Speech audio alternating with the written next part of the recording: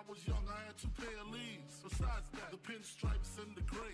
The one I wore on Mondays and Wednesdays. While niggas flirt, I'm throwing tigers on my shirt and alligators. You wanna see the inside? I see you later. Here come the drama. Oh, that's that nigga with the fake. Wow, why you punch me in my face? Stay in your place, play your position. Here come my intuition. Go in this nigga pocket, rob him while his friends watch it. That hoes clock it. Here comes respect. His crew's your crew, or they might be next. Look at they man, big man, they never try, so we roll with them. I stole with them, I mean loyalty. Niggas bought me milks at lunch, the milks with chocolate, the cookies, butter crunch, 80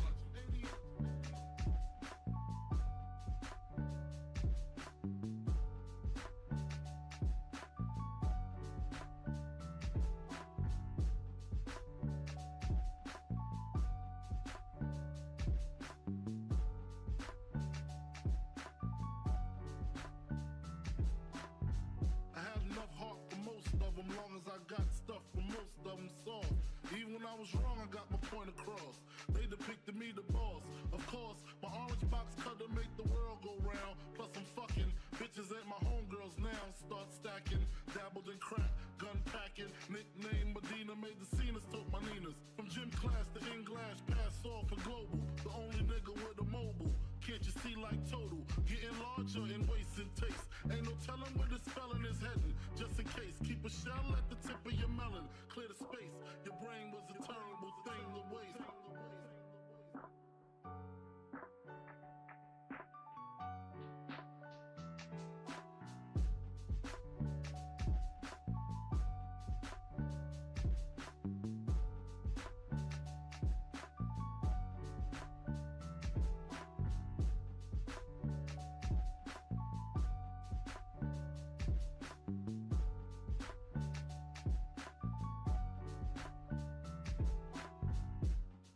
Realizing to master enterprise, and I ain't have to be in school by 10. I then began to encounter with my counterparts on how to burn the block apart. Break it down into sections. Drugs by these selections. Some use pipes, others use injections. Syringe sold separately. Frank the deputy, quick to grab my Smith & Wesson like my dick was missing. To protect my position, my corner, my layer. While we out here, say the hustler's prayer. If the game shakes me or breaks me, I hope it makes me a better man. Take a better stand, put money in my mom's hand. Get my daughter this college plan, so she don't need no man. Stay far from timid, only make moves when your heart's in it. And live the phrase, sky's the limit. Motherfucker.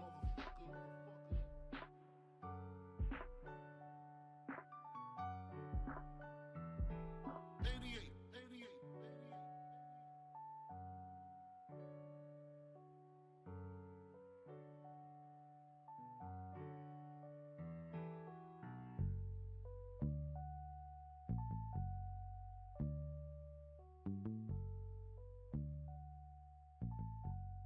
And live the phrase, sky's the limit.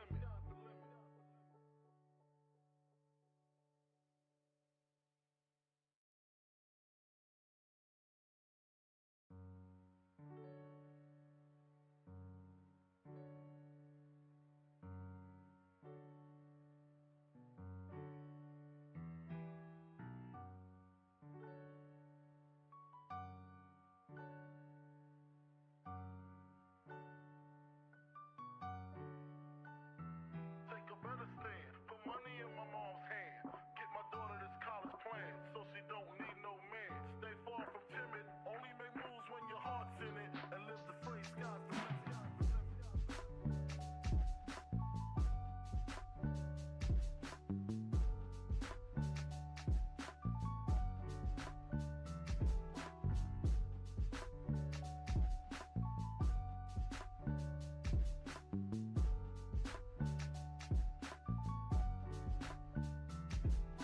Never been as broke as me. I like that. When I was young, I had 2 pair of leaves. Besides that, the pinstripes and the gray. The one I wore on Mondays and Wednesdays. While niggas flirt, I'm throwing tigers on my shirt and alligators. You wanna see the inside? I see you later. Here come the drama. Oh, that's that nigga with the fake. Wow, why you punch me in my face? Stay in your place, play your position. Here come my intuition. Go in this nigga pocket, rob him while his friends watch it, and hoes clock it. Here comes respect. His crew's your crew, or they might be next. Look at they man, big man, they never try, so we roll with them, stole with them. I mean loyalty. Niggas bought me milks at lunch. The milks with chocolate, the cookies, butter crunch, 80.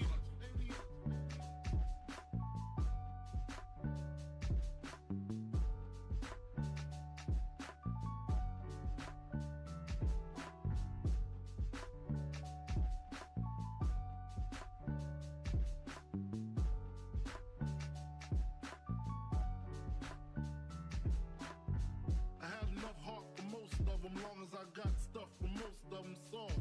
Even when I was wrong, I got my point across. They depicted me the boss.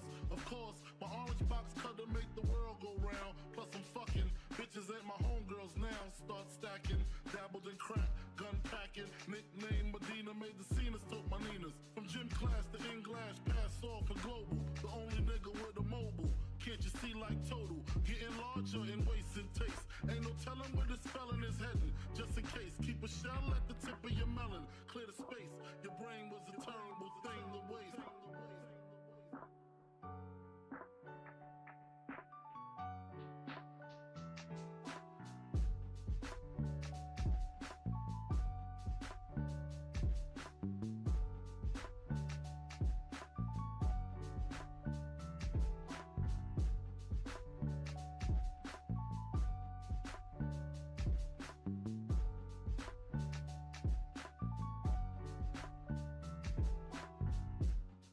Realizing to master enterprise and I ain't have to be in school by 10. I then began to encounter with my counterparts on how to burn the block apart. Break it down into sections. Drugs by these selections. Some use pipes, others use injections. Syringe sold separately. Frank the deputy, quick to grab my Smith & Wesson like my dick was missing. To protect my position, my corner, my layer. While we out here, say the hustler's prayer.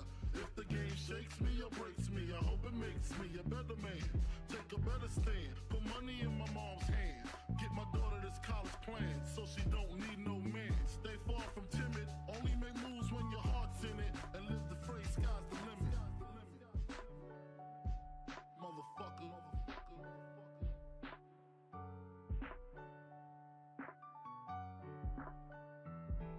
88.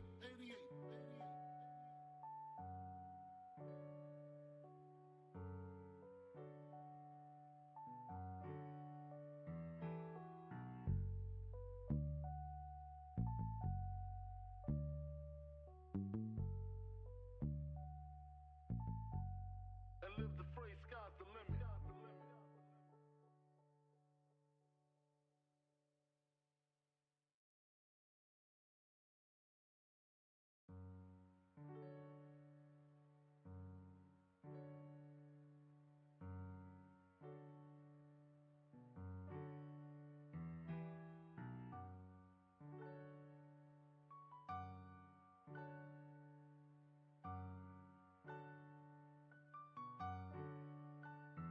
Take a better stand, put money in my mom's hand. Get my daughter this college plan, so she don't need no man. Stay far from timid, only make moves when your heart's in it. And live the phrase, sky's the limit.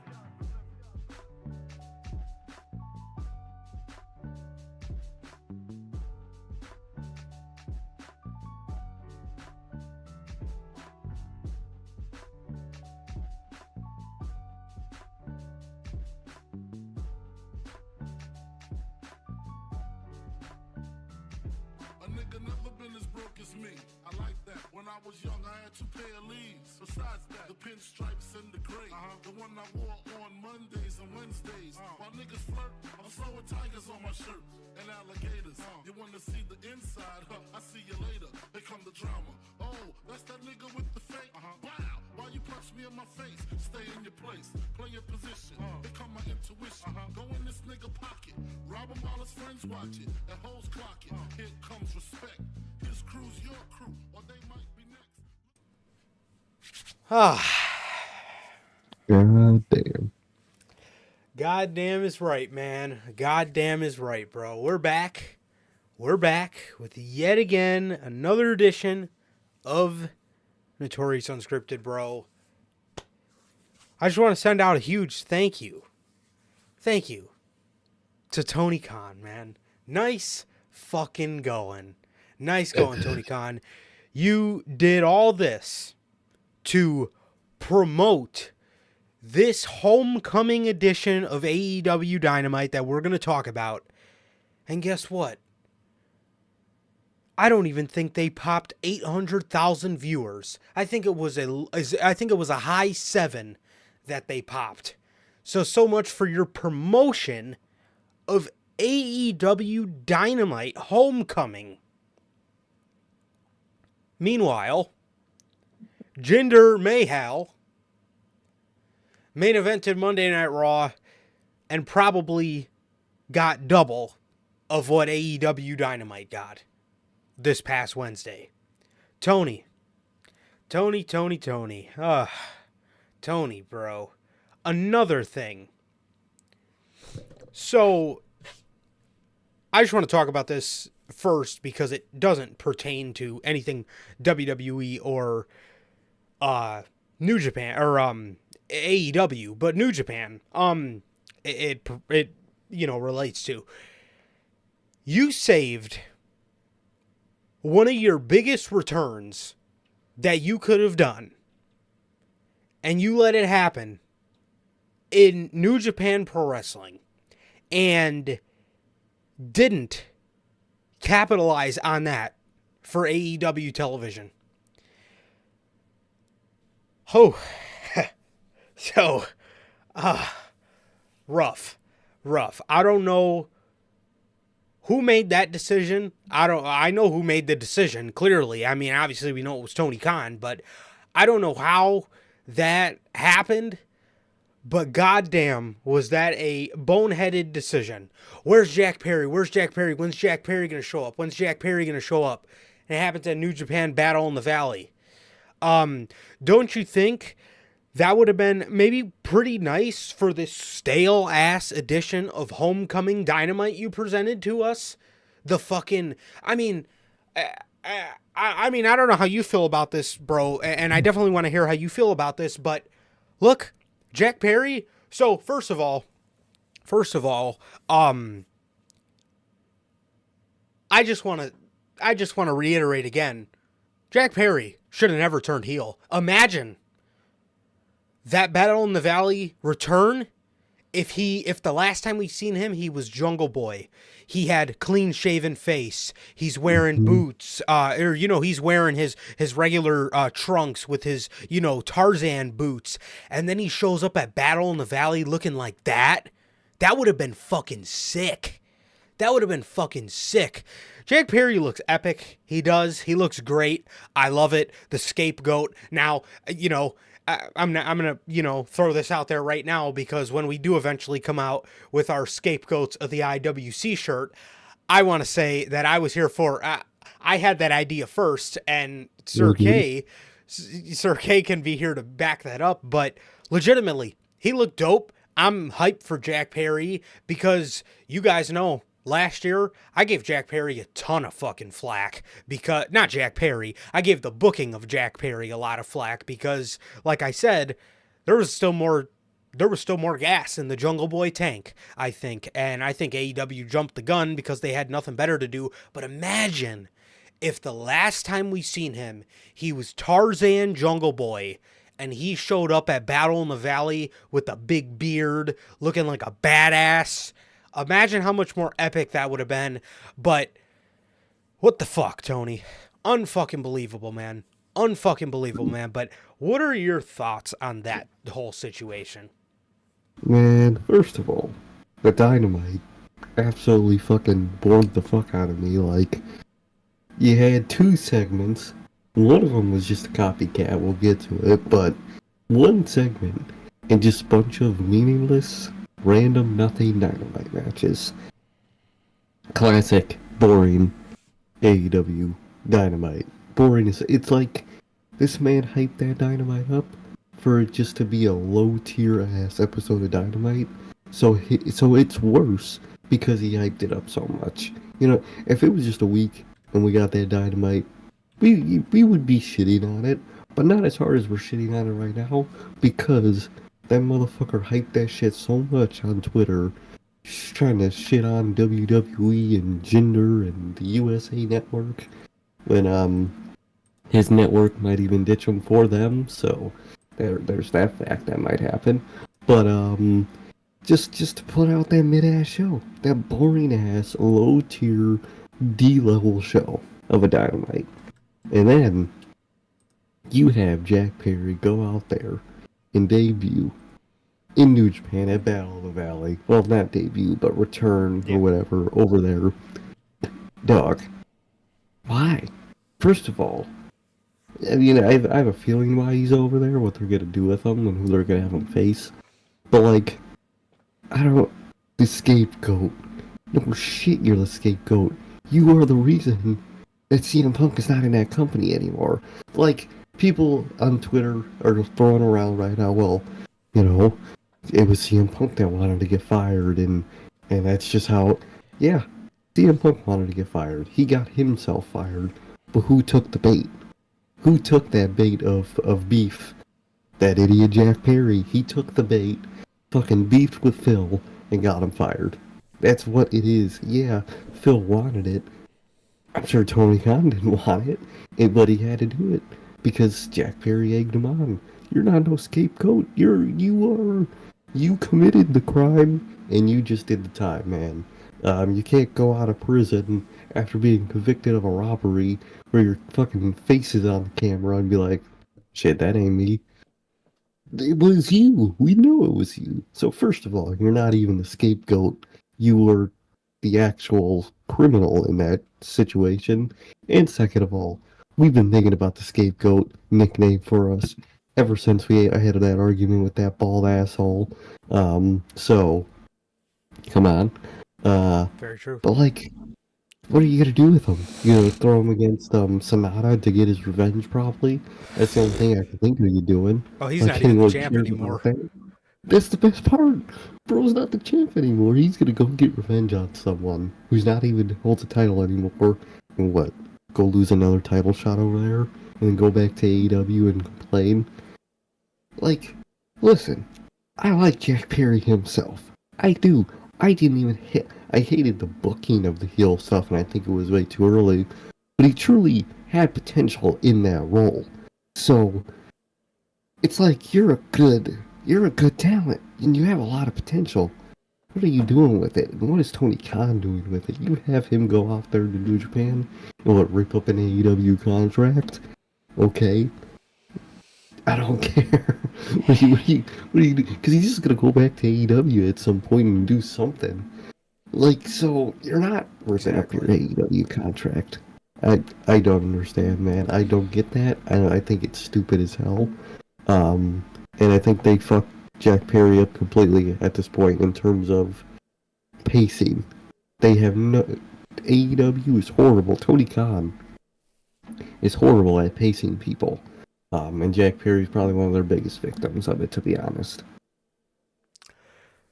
Yeah.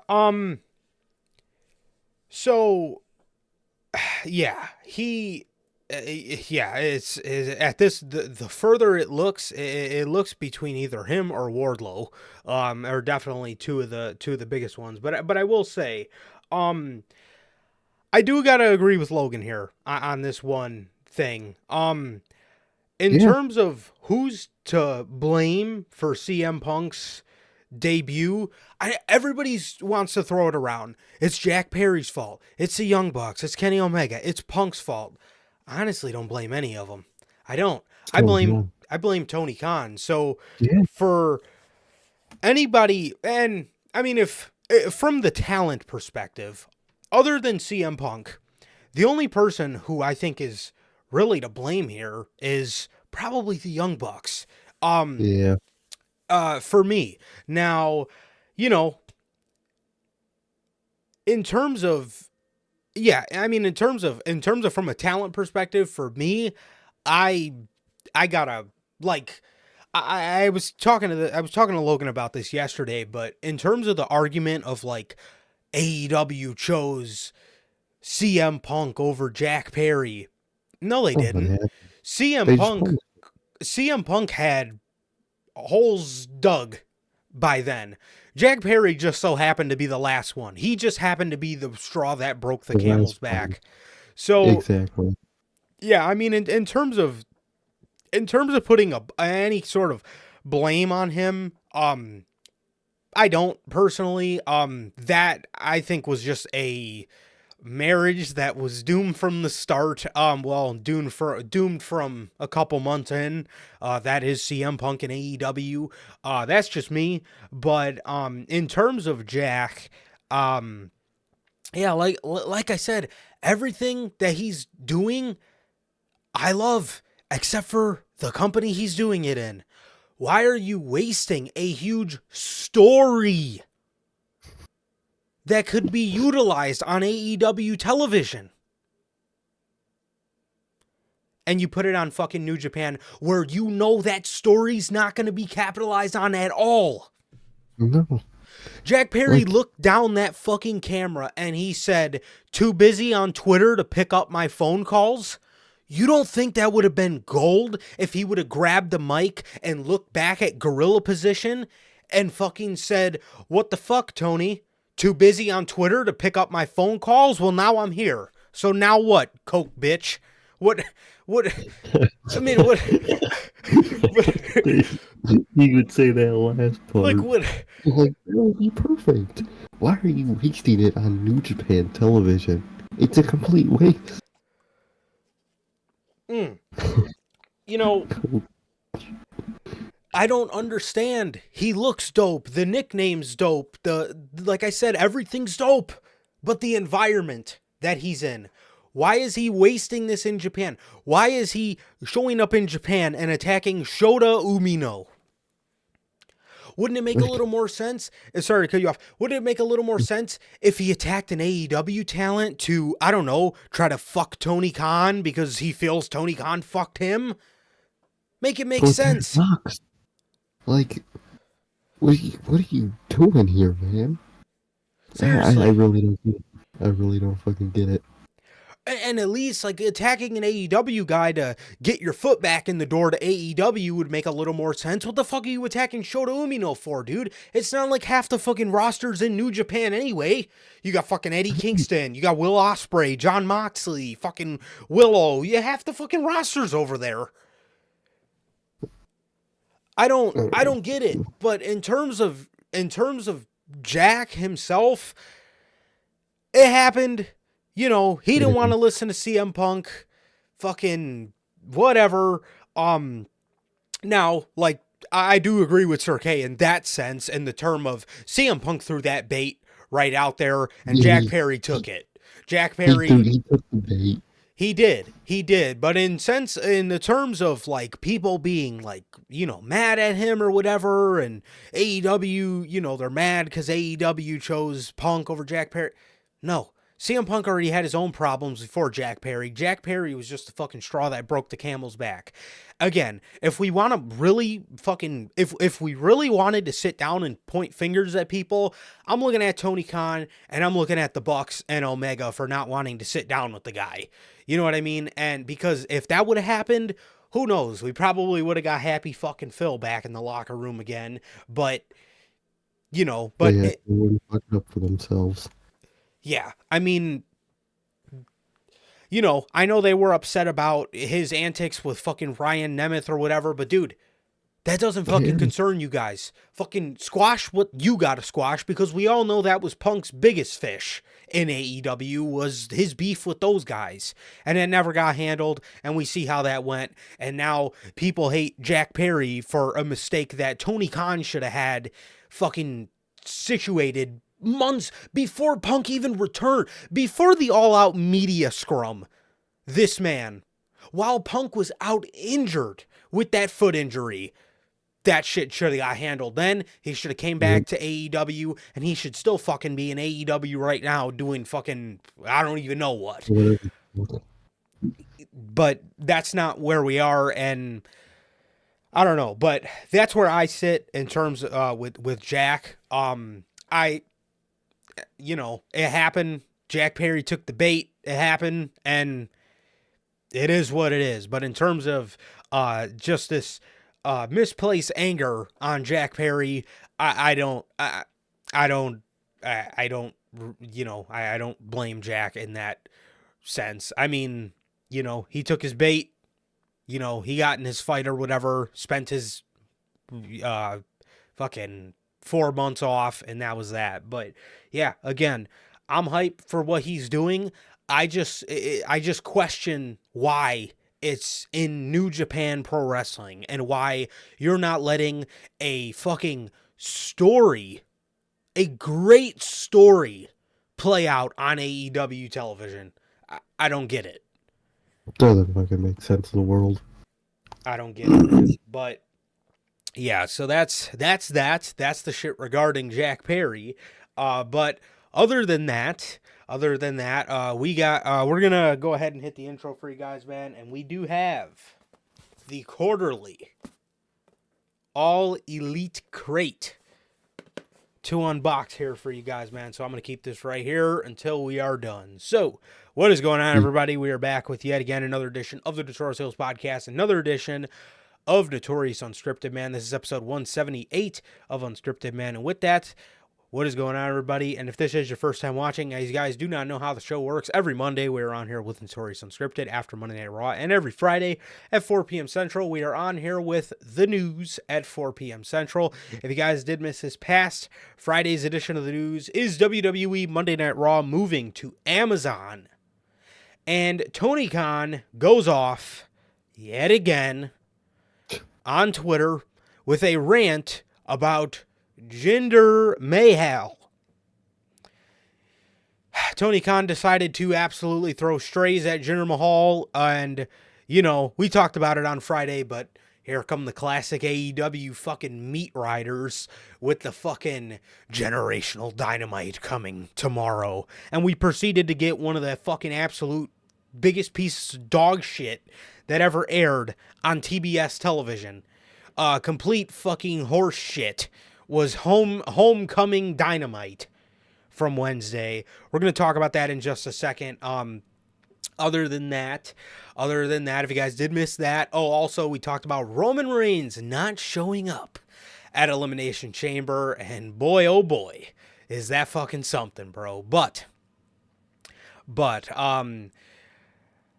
yeah, if you guys did miss that, that is available for you guys on all platforms. That is Anchor, Spotify, Google Podcasts, Apple Podcasts, and if you want to see it first, join us right here live on YouTube every Friday with the news, man. Also, man, if this is your first time watching and you guys have not got a chance to get your hands on some of the official Notorious podcast merchandise, you guys can now find this live on the merch shop.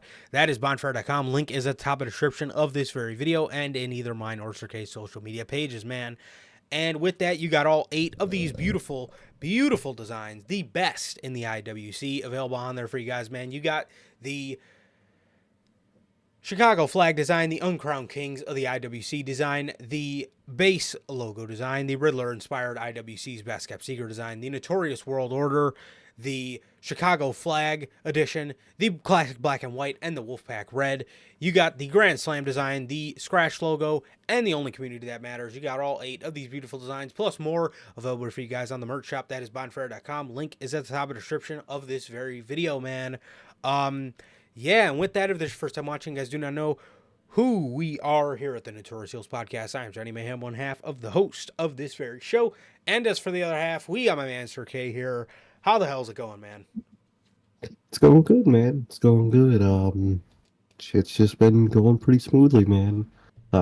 Making progress in terms of the medical situation, so that's good. That's good.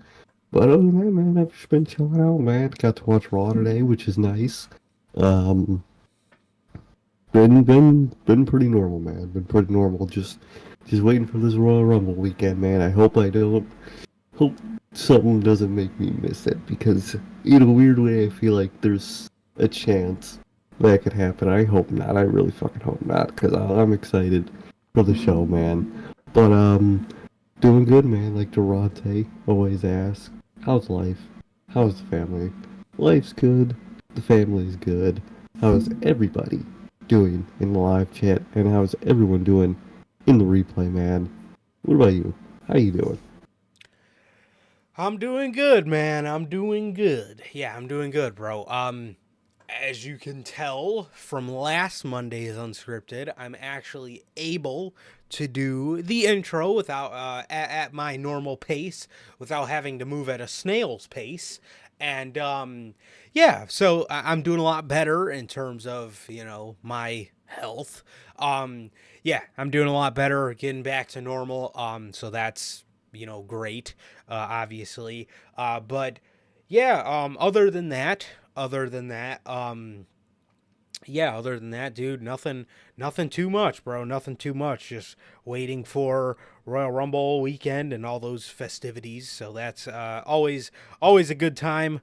Always a good time of year to be a wrestling fan, obviously. Let's see.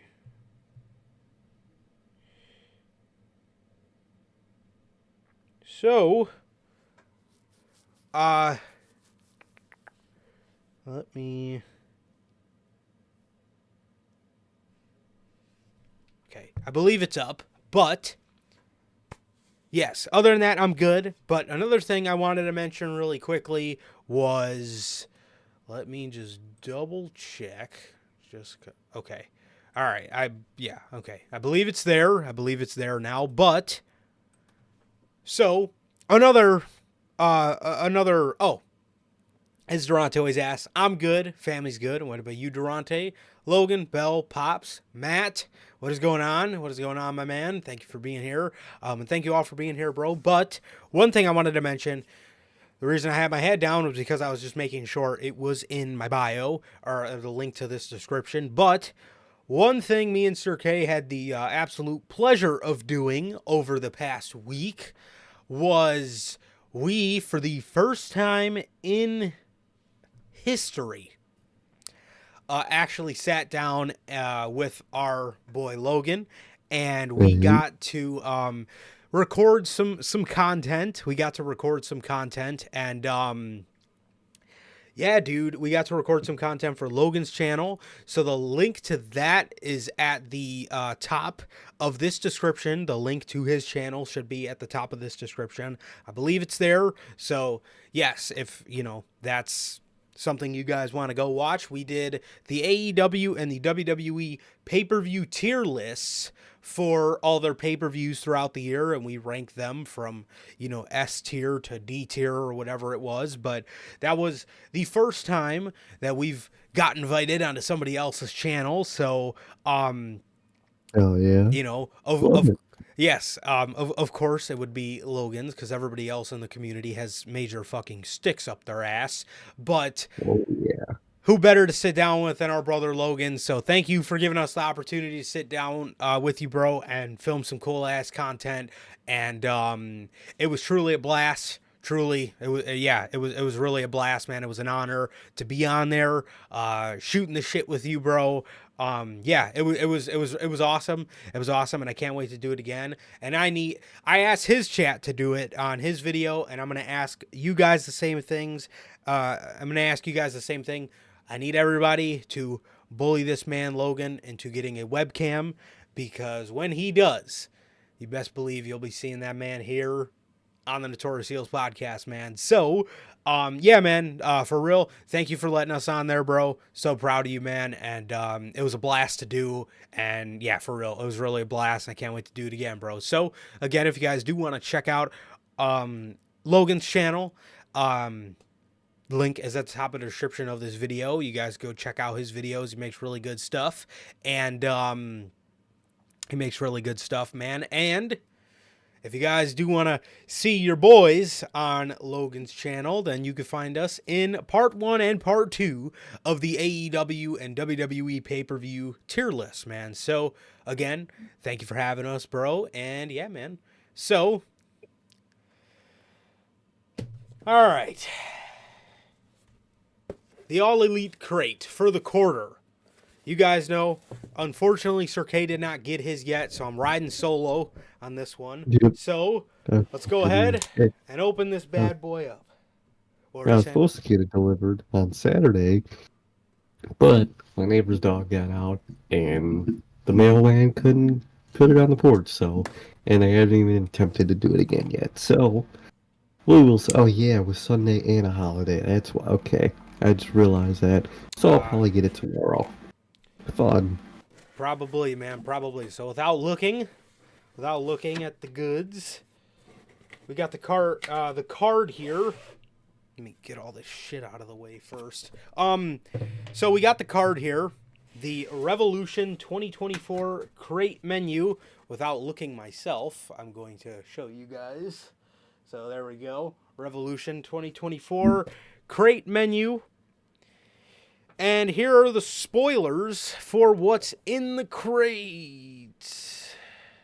Oh no. Okay. It's not bad. It's not bad. All right. So first, starting off, you get a Sanjay Dutt pencil pack. I get the 2-shirt. Yeah, seriously. I get the 2-shirt one, so I don't get all this extra bullshit in here. A Danhausen logo patch. A Samoa Joe flag. Oh. A He's Our Scumbag label pin. A sky blue autographed 8x10. A Luchasaurus micro brawler. The Acclaim scissors. An MJF versus Bryan Danielson Revolution 2023 poster. And as for the shirts, we have Living Legends FTR. Another FTR shirt. Dude, this is the Revolution 2024 crate, and we did not get anything Sting. The fuck? And the last shirt is Rated R Superstar Adam Copeland t-shirt. So, without any further ado, let's go ahead and see what we got here. Okay, so here's the Rated R Adam shirt. It's actually fucking hard as fuck. Can't lie. That's good. Yeah, it's got the skull, some lightning bolts coming out of the skull. So this, since 92, Rated R Adam. Pretty sick, bro. Pretty sick. I actually fuck with this shirt a lot. And as for the FTR shirt, we got another black shirt. And this one looks like this. And this is the most basic. I feel like they sell this on the website. This is okay. I mean, it's nice. It's a nice shirt. Okay. Yeah. Another pretty great t-shirt pack here. I will not lie, man. This is one of the better ones. Yeah. I mean, yeah, pretty, like, yeah, I don't know why we got another FTR shirt that's like plain like this, but I mean, again, it's the Revolution crate. I'm just kind of a little confused as to why we didn't get anything Sting or Sting and Darby related, being that it's his final match. Whatever. But yeah, man, this is the Rated R Adam shirt and the FTR shirt, man. So, pretty good crate for this quarter, man. I will not lie. Definitely a good one. Two pretty nice t-shirts in there, man. Can't complain. So yeah, that was the Revolution 2024 crate for, the All Elite crate. And yeah, should be getting another one in 3 months. So April. Should be getting one in April for Double or Nothing. I don't know. I don't know why they did that. I don't know. I know they just did Sting, but they just did FTR as well. Like, exactly. Not too long ago. So I don't know why we got another FTR shirt and why we didn't get. Yeah, it's a little confusing. It being that, we've known for fucking a while now that that Revolution 2024 is going to be Sting's last match. And for whatever reason, we did not go with a Sting shirt. Even though they did give us a Sting shirt recently, but I mean, that was Surfer Sting. That was a complete fucking waste of everybody's money. It really was. I'm buying a fucking AEW crate here and I'm getting fucking pre-WCW Surfer Sting. I don't want this shit. I don't get any of that. And you don't know with AEW, I could see the next crate, even though it's a Double or Nothing team crate. I could see the next crate having something sting in it because it's probably on to wait till after for some reason because I that's just it's AEW, How they but I do. could see them doing that. Yep. Yeah. No, but for real though, I actually really like the Edge shirt, the Adam Copeland shirt. It's a nice one. Yeah, it's really nice. But again, the FTR shirt, dude, that literally just looks like something. I, I, I don't know. I don't know. I don't know why. Whatever.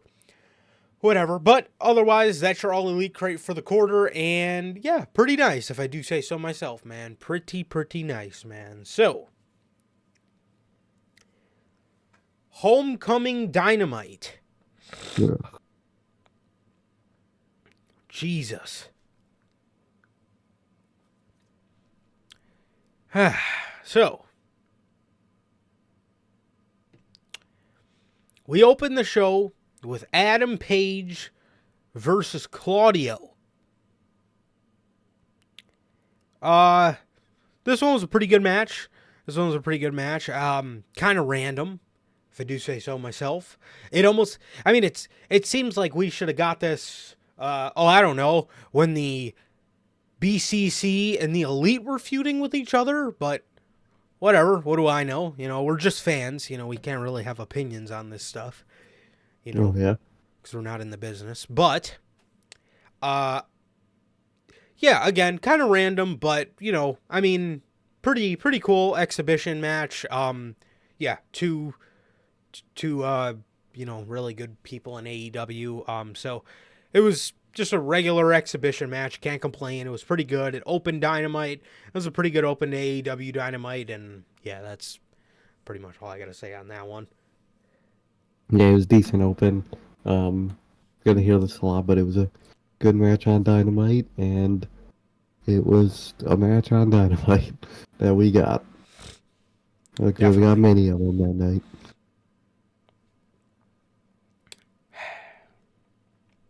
All right, man. We have an 8-man tag on this show. Orange Cassidy, Dustin Rhodes, Preston Vance, and Rated R Adam versus the Mogul Embassy and Lance Archer. What the why didn't you just do the fucking Mogul Embassy? Okay. So, first of all, what the fuck? Who put this together? Well, what is this? Orange Cassidy, Preston Vance, who's in a faction, mind you, La Facción Ingobernables. Yeah. Well, I think they're baby faces now, right? Are they?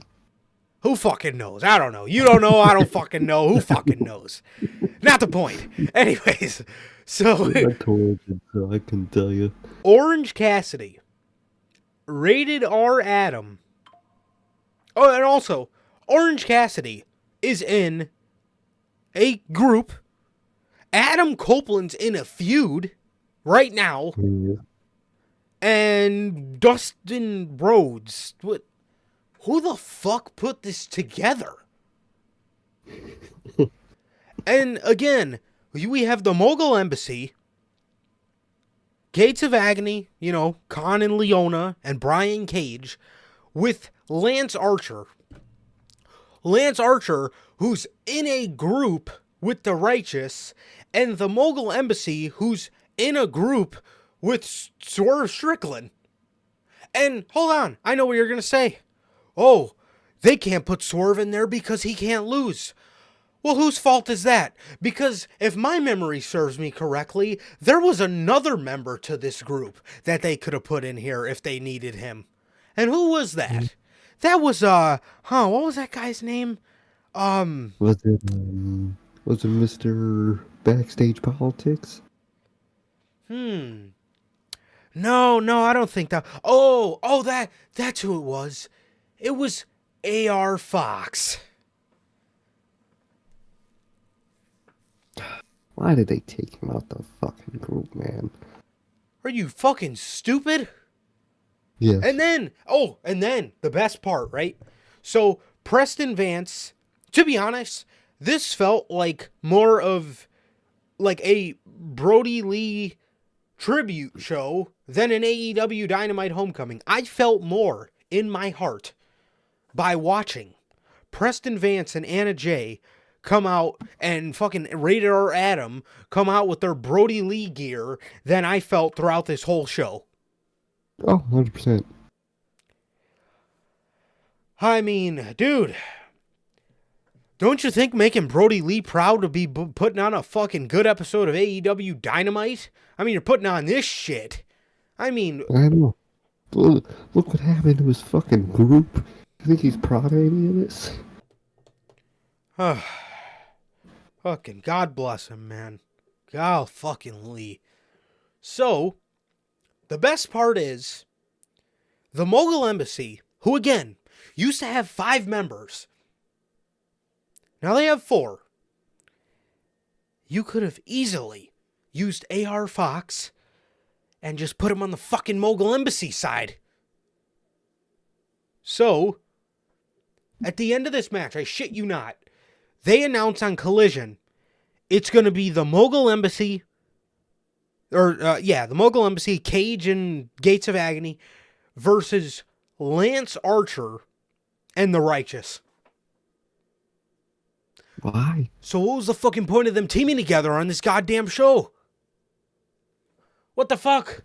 Where the fuck was Christian? Exist. Where the hell was Christian on this show? You got Adam Copeland showing up to do a fucking random ass 8-man tag. What are we doing? Preston Vance picks up the victory for his team. And again, what the fuck was this match? Fucking God. Another useless 8-man tag, you know. Tony Khan loves him.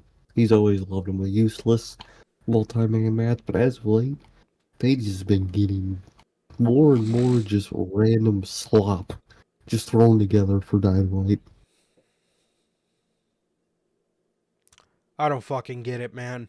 I don't get it. What a shit. What a fucking shit booking decision this was. The fuck is this match?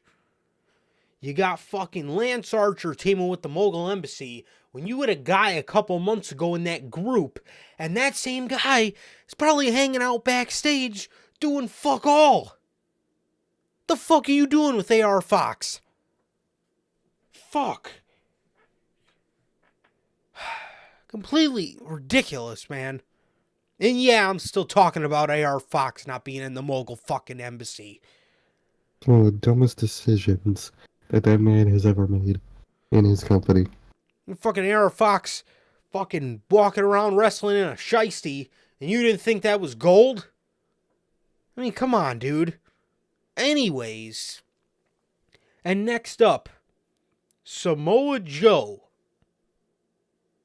comes out. This is his first appearance as the AEW World Champion.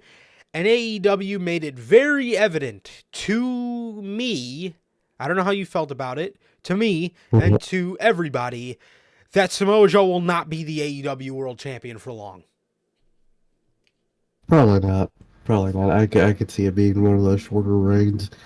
If anything, I think he will retain at Revolution, because I'll explain that when we talk about what happened after and during the segment. But he probably ain't making it past Double or Nothing. Yeah, I doubt if he makes it past Revolution, to be honest. I have my prediction for Revolution, depending on how they go. But if they want to involve the title in what they're doing, I could see that all the same, too. So, sucks for Joe, man. He finally gets a world title in a major company, and it's going to be a short-ass one that's going to be pointless as hell. Yeah, similar to his run with the TNT title. Held that thing for about a month and a half, and they took it off. To be honest, to be 100% honest, now, I don't think this is the only reason that they put the title on Joe, but I think it has a lot to do with it. And this is very WWE-esque. Samoa Joe's got that Suicide Squad game coming out at the end of this month. Oh, yeah. It would make He's a a lot of voice sense. He's going to probably be doing a lot of media surrounding that game. And they're going to want him to bring the title around. And it is true. I don't see a lot of people talking about it. I don't think that was the only reason. I think obviously the reason of MJF having to go out because he was hurt and stuff like that had parts to play in it too. But I do think that is definitely a proponent that played a part in them swaying their decision to Samoa Joe being the guy to take the title off of him, other than a guy like Jay White or, any Swerve or somebody of that, nature. But Samoa Joe comes out there. He's, talking about how the whole roster's needs to be on notice and all this stuff. He then gets interrupted by Swerve Strickland, who, tells Samoa Joe that in 2024, he's not going for any more subliminals. He's going straight to him, and, he's going straight to him, and he wants a title shot, and he tells Joe, he's going to take the title from him. Adam Page then comes out and then, starts talking about how he wants the AEW World Championship as well. Swerve leaves. Adam Page leaves. It was a very, very good segment for what it was. Samoa Joe's holding up the AEW Championship, and while he's holding the title up, looking up, Hook's music hits. And I swear to God, in this moment, when Joe was holding up that championship, I said to myself, there's no fucking way Tony Khan fucking hyped up this whole Hook challenge, and this man's not even about to come out there and do anything. But I was wrong. He his music hits. Samoa Joe's looking up at a light, if you guys have seen the Batman, any Batman movie, the signal in the sky with the bat logo, it was that, but it said Hook. Obviously instead of the bat symbol. Pretty sick. This was probably the coolest part about the whole fucking show was Hook's light. Hook comes out, steps in the ring with Joe, walks up to him, and he fucking throws his one up like he's in the bloodline. And he goes, and he fucking whispers 1 week, and he walks away. Okay. Let's evaluate this whole situation. So, I'm so glad you reminded me, Logan. You reminded me without even knowing it. Logan says Adam Page deserved the match. He beat JD Drake, right? Exactly my point to why, because AEW fans seem to, always have the answers when things aren't going right? So, these AEW fans, now what they think is what's going to fix all this shit is the rankings. Tony Khan used the rankings to his advantage when talking about Hook, who's momentumless right now. He's momentumless, and he used rankings to try to justify why he's getting a title match. Do you think rankings are supposed to make anything better? No, it's called have a brain and pay attention to who has momentum and who doesn't. Nobody should be getting a fucking shot before Swerve Strickland. Swerve Strickland has the most momentum right now. And here we are. And people cry rankings are going to fix all this. Don't you just see what he did with Hook? Hook is not deserving. And what was the one thing Tony Khan used as his only defense? A ranking. You want to see Tony Khan? You guys think meaningless matches are a problem now? Just wait till rankings come back. And then he's going to be putting everybody in a bunch of fucking squash matches to try to justify their wins. And you people think rankings is a good idea? Get the fuck out of here, man. You people got no fucking brain in your fucking head. I mean, seriously, man. You make asses out of yourself constantly with shit like that, with talk like that, and logic like that. Lets me know that you're a half-witted idiot. Because Tony just showed you exactly why rankings aren't a good thing. And people want the rankings back. So, let's evaluate this situation. Let's evaluate. Do you want to say anything about the ranking situation before we go into our full evaluation? Oh, a ranking system at this point to bring that shit back sounds horrifying. Dynamite is already a fucking slop of pointless matches, and that will truly, all Dynamite will be at that point if they really bring back that ranking system. It'll be like this episode of Dynamite we're reviewing, but every week that'll be the standard. Just a bunch of pointless, random fucking matches just for the numbers. I don't care about the numbers. I mean, yeah, I don't want the numbers to be garbage, but I overall don't care. I just want people to have momentum. Hook has none. Jinder caught a fucking stray because they're doing a random one-off match. On Raw, that's what this was, a random one-off match.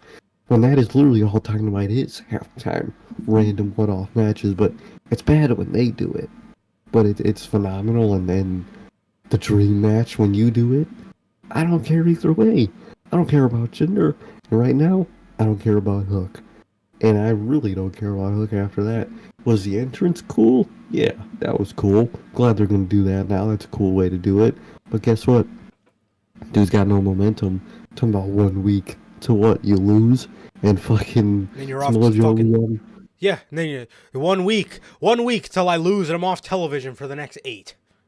Exactly. I got 1 more week of being on TV for the next 2 months. Like... I don't... You should be dreading that, not fucking Samoa Joe. You ain't winning. It's a horrible system, and I could see Tony Khan depending on it, because that man is just... I genuinely think creatively he's losing it at this point. Yeah, 100%. 100%. No question. Fucking stupid, man. Completely stupid. So, before all this Twitter stuff happened,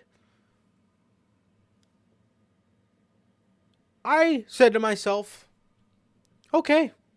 Well, not even before this Twitter stuff. Before AEW Dynamite happened, I know a lot of people were shitting on the fact that Hook, was getting the match because he has no momentum or whatever.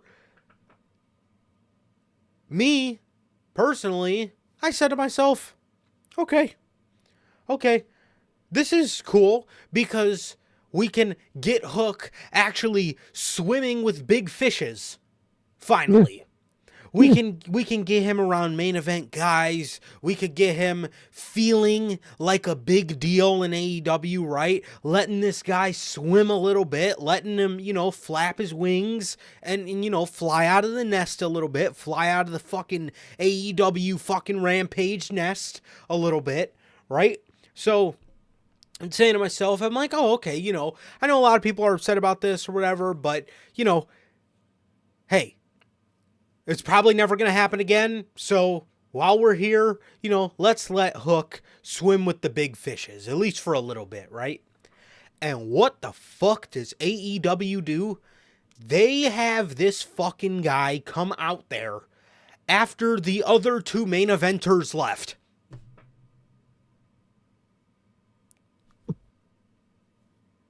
What the fuck? So, right there, you took me out of this, because right there, the one thing I was holding on to with all this Hook stuff was, hey, we could get him hanging around main event guys, hanging around Swerve, hanging around Hangman, hanging around Samoa Joe. He comes out there, and he puts the one up. Like he's about to fucking... like he's a part of the fucking Samoan dynasty, and he's in the bloodline. One what? One loss next week, one more week till I'm off television, one more week until Tony Khan doesn't give a fuck about me again. One what? One more fucking line of coke before I'm right back on AEW Rampage? One what? 1 week. Ugh. That's how you get your match. You could go up to the champion and just say one. One. Who cares? Why? Why was this even a thought? Oh, let's get Hook versus Samoa Joe. Why? There's nothing to it. You haven't built him up. He's just here, and he's gonna come, and he's gonna lose, and then we won't see him again, and then he'll come back. Exactly. 3 months later, he'll come back.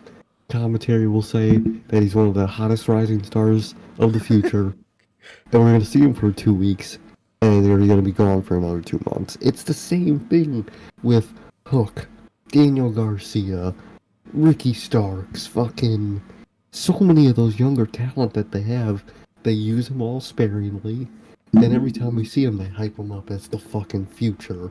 This person is one of the hottest rising stars in the business, and we won't see him for the next 4 weeks. Like, you're just the same. It's the same thing over and over and over again. It really is insanity. Yes, it is. It is, and yeah, it really is. So again, the one positive out of this situation that I was okay with, AEW showed me in this segment why they don't give a shit. Not why they don't give a shit. I mean, they don't give a shit. But they showed me in this segment right here, they don't look at Hook that way.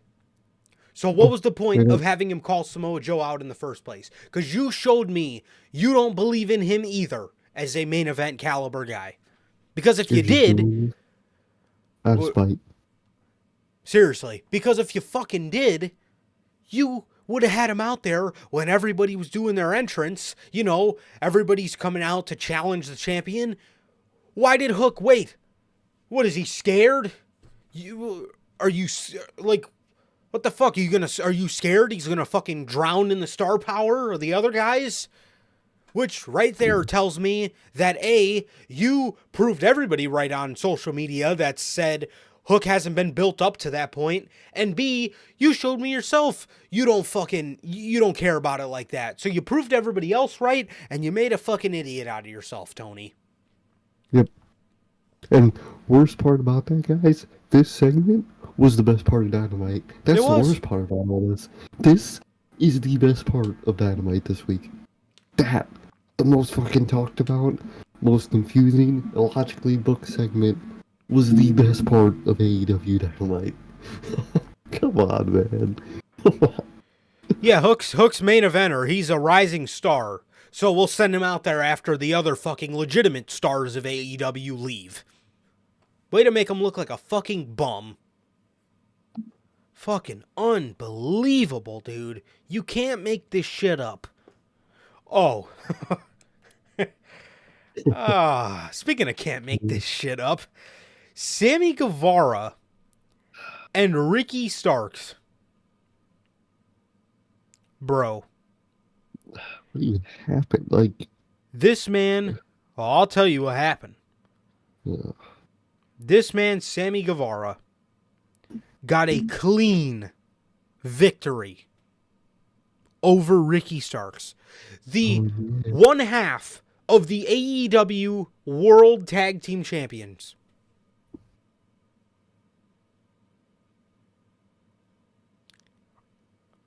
You gotta be kidding me. You gotta be kidding me at this point, dude.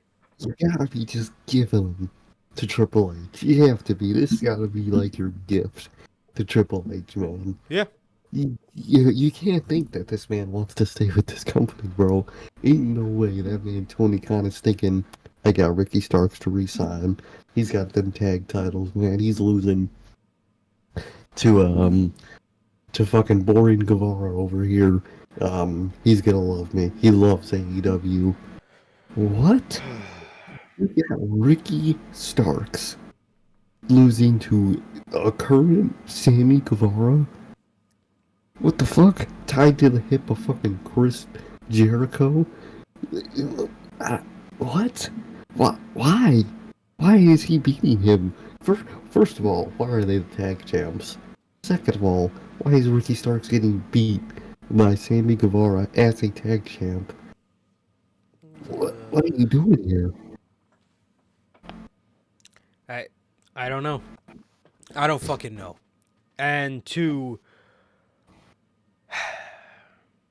continue on to what Sir K was talking about, you gotta just be fucking, you gotta be giving them to Triple H at this point. You fucking gotta be, man. I mean, dude, there's no way in your fucking brain do you honestly believe this man will re-sign with AEW? Oh, you can't. There's no way he actually believes that. He must know he's doomed at this point. That man is as good as fucking gone. Bro. Complete WWE shit here with Sammy Guevara beating one half of the fucking World Tag Team Champions clean. He shakes Ricky Stark's hand after the match. What were you going to say? We made this comparison, I think, last week or the week before, man, but dude, it really feels like fucking Vince is booking this show. Oh, yeah. Tony Khan is legitimately booking-wise turned into Vince McMahon. It's all the same fucking isms that we hated with Vince McMahon that this man is doing.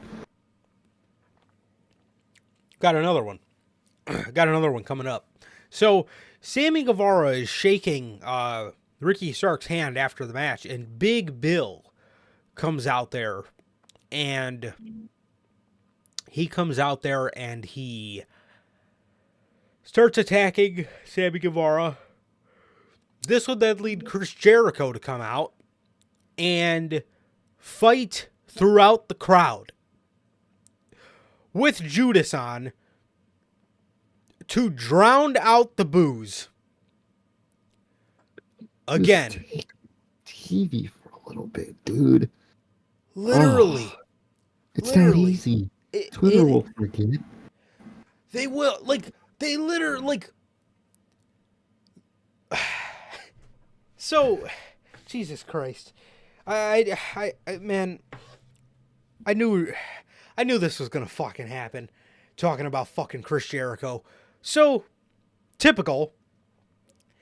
Try not to mention this stuff because it's completely stupid at this point. But Kylie Ray posts on her Instagram story, no, that didn't happen. There was no hard feelings leaving AEW.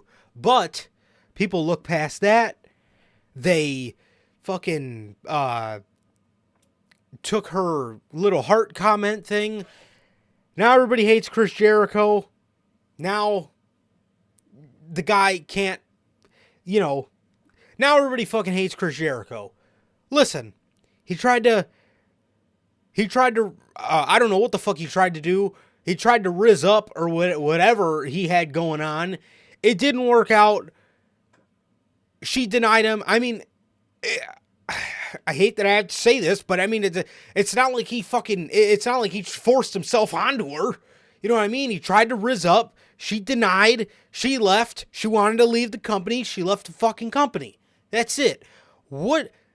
Not to mention, the dude who came out with the story then tried to backtrack on his statements and say he didn't say none of that stuff. So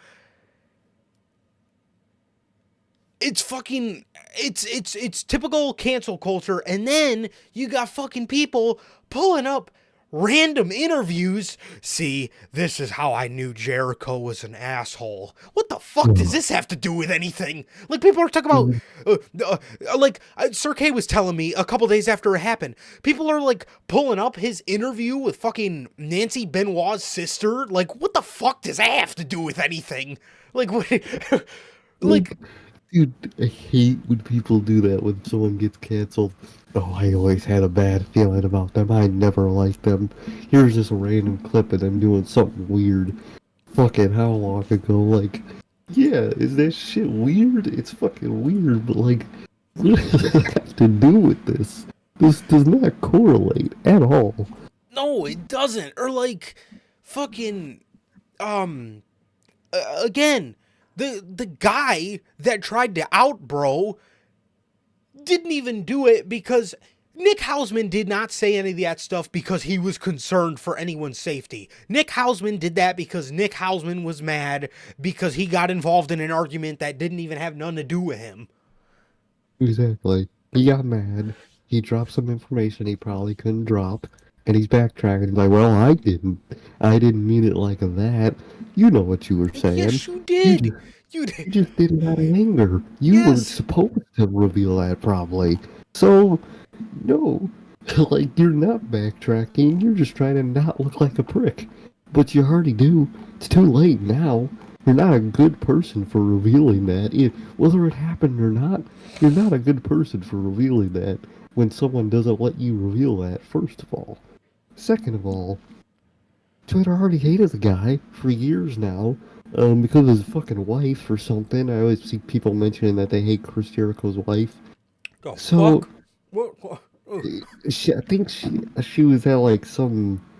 She was at some political thing, and did something. Oh, here we fucking people go. hate her because of it. I think she was... People say she's one of those people that like stormed the Capitol or something, because she was like there that weekend or something. So they hate his wife because of that. So they buy correlation.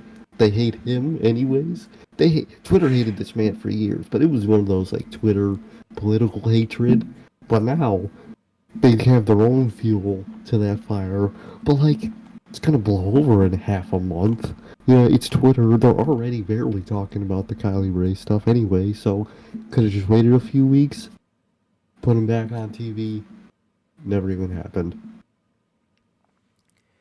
You know, and again, if fucking news came out, bro tried to force himself onto Kylie Ray, we're talking a different story. A way different story. Way different. Bro tried to rizz up, and it didn't work. I mean, is that the first time somebody's got denied their riz?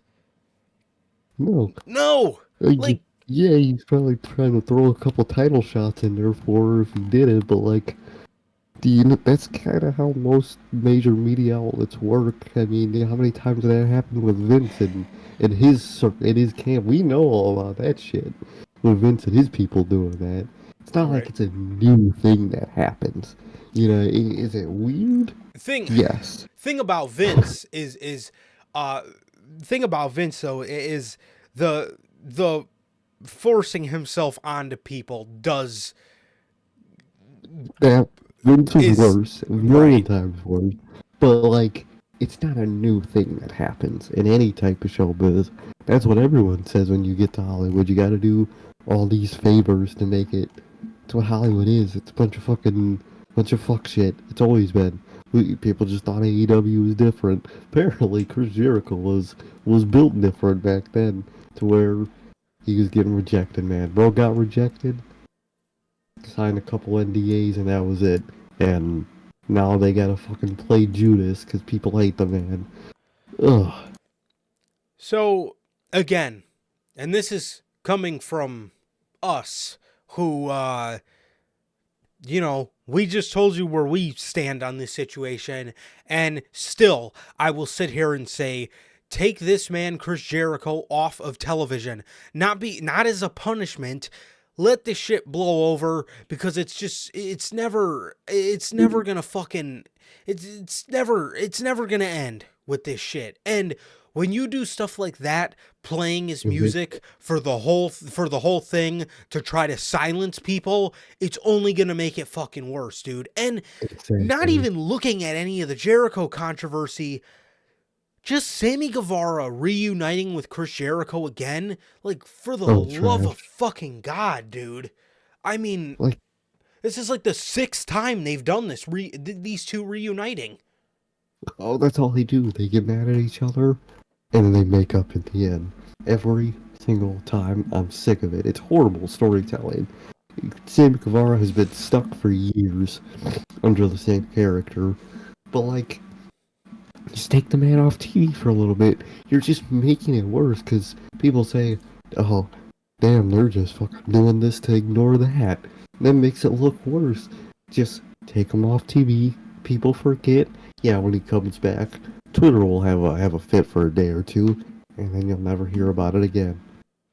Seriously, and one thing that just annoys me about this is, like, you know, everybody's got all these stories, you know, about Chris Jericho, but I mean, until, you know, we actually hear about these stories that people have, guys is fucking innocent until proven guilty. And I know some people hate to hear that because people, you know, take things and they immediately, the thing that annoys me, people will constantly hold this against Chris Jericho as if Uh, he'll never be looked at the same just because of some, like, why do we give these fucking people platforms, dude? Like, honestly, man, people like fucking Nick Hausman, people like that. Why are we giving these people platforms, bro? I don't get it, oh, bro. They're horrible fucking people, dude.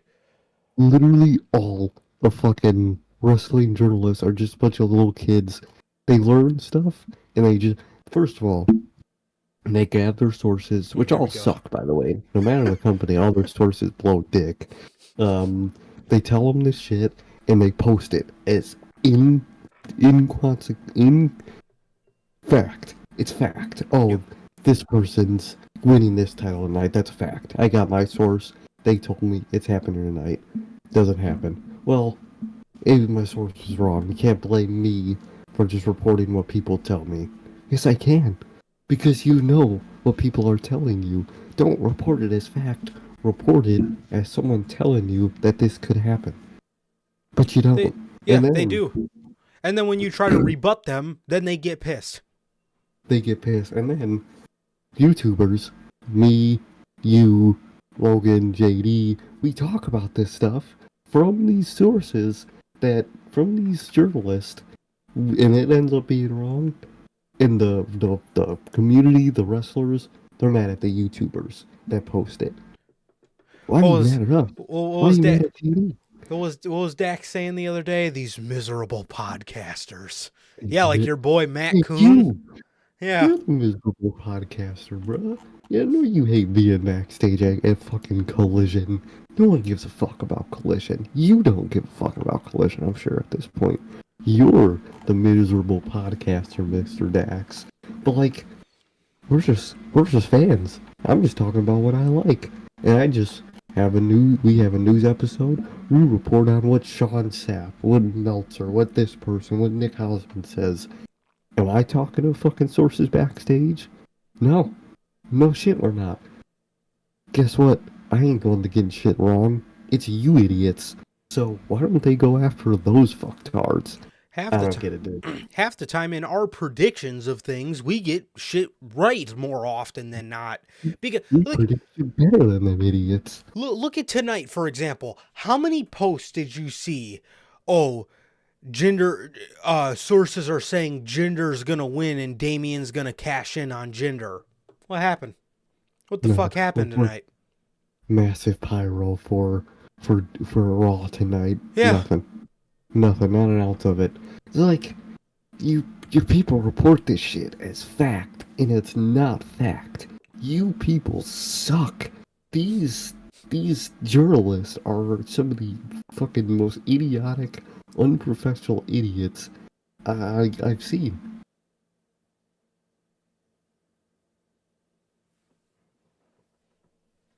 rumors of fucking gender. And that's the worst part. They just post rumors too. Rumor, this is gonna happen. You're just predicting it. Of course it can happen. It's not like you should not be posting rumors. And the half of these accounts that like are like the journalist accounts, they also just post random weird shit. Like, why does why does their Twitter account post wrestling memes? Dog, you are a news outlet, you claim yourself to be. What are you posting memes for, dog? Go do your fucking job. I don't fucking Like, get it. I hate it. I hate it so much. I think it's horrid, and I think these fucking wrestlers should pansy up one time, because they're fucking all pussies anyway, and bitch at the fucking journalists, man. But they don't, because they get money from the journalists, because they're the ones that, well, 70% of their sources, I could say, with 100% confidence in predicting this, 70%, 80% of their sources are just fucking wrestlers that want to make a couple extra bucks. They just make shit up to these people and they eat it up like nothing. Fucking you. Oh yeah, I'm getting fucking. Oh, I'm getting this news from who's some schmuck backstage. I'm getting this news from fucking Preston Vance, man. I gotta post this shit. What? What you talking about? You getting this shit from people that hate their jobs. Of course they're gonna feed you bullshit.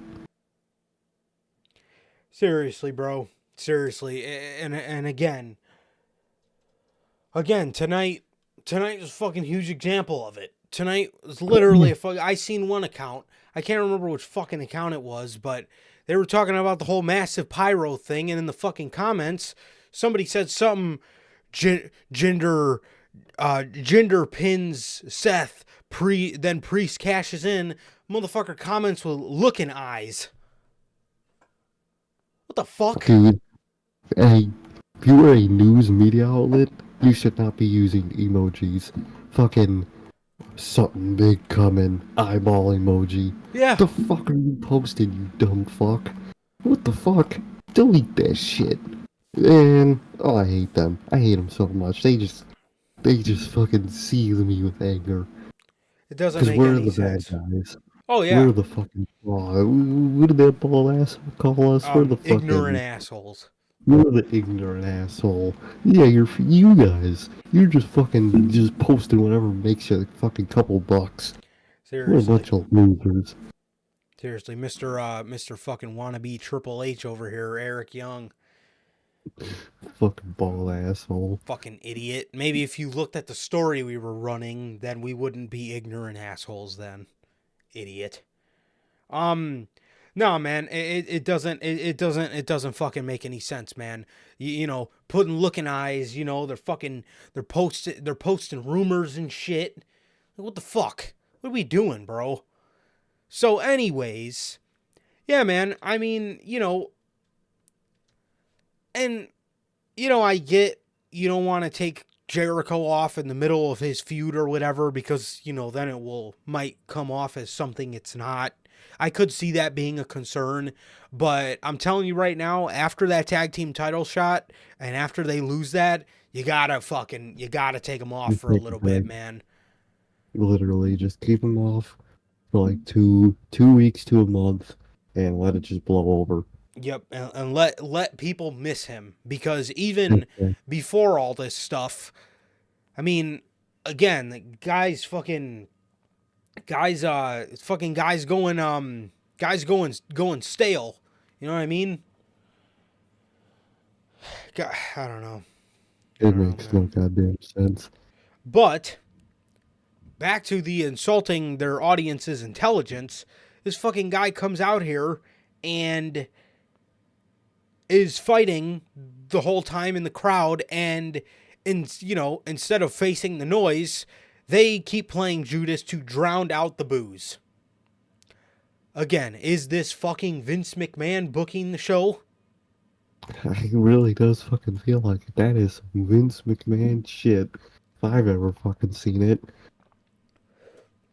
We got another one of these all-star 8-person tag matches. Willow Nightingale Chris Statlander, Anna Jay, Thunder Rosa versus Saraya, Ruby Soho, Julia Hart, and Sky Blue. Was this the only woman stuff we had tonight in terms of, anything that wasn't like a backstage interview? You said more wrestling? Yeah, or just anything in the ring? There was more on the show. There was more wrestling on the show. Okay, because I wouldn't have been shocked if Tony Khan just put all his women on the same match on a Dynamite. But like that's at the end of the day what this was. In terms of women, I do believe this was the only women's match on the show. It's like let's just get everyone that's fucking kind of popular right now in one match and get it over with. Doc, what are you doing?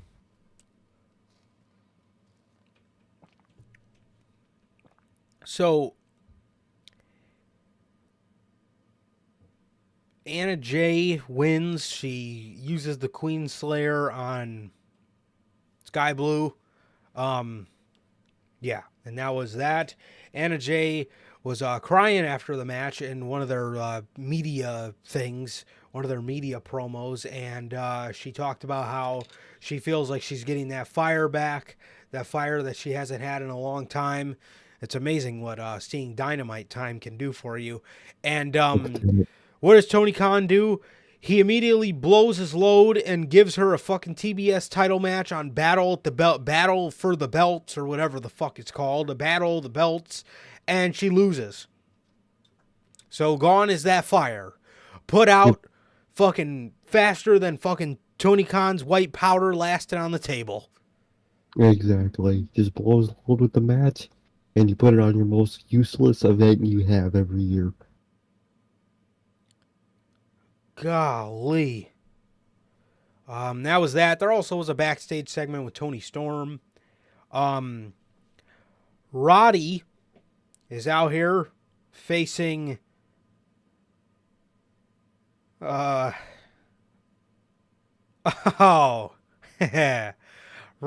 out here facing the bounty hunter, Brian Keith. Dude, they're gonna sign him. I know they are. They're using him so much. They're gonna yeah. fucking sign him. And then guess what happens after they sign him? They're not gonna use him. It's exactly what's gonna happen. This is what happens every fucking time they sign these people. And Tony Khan just loves spending money. I think that's just what it is. Man just fucking loves spending money. For no reason. Why the fuck is Brian Keith on my television again? He does not work here. Get him the fuck off television. He's not good. He's taking up spots from people that I would much rather like to see have a prime spot on AEW Dynamite. You could have spent this time in, I don't know, giving Hook a promo to build up his match that he randomly got.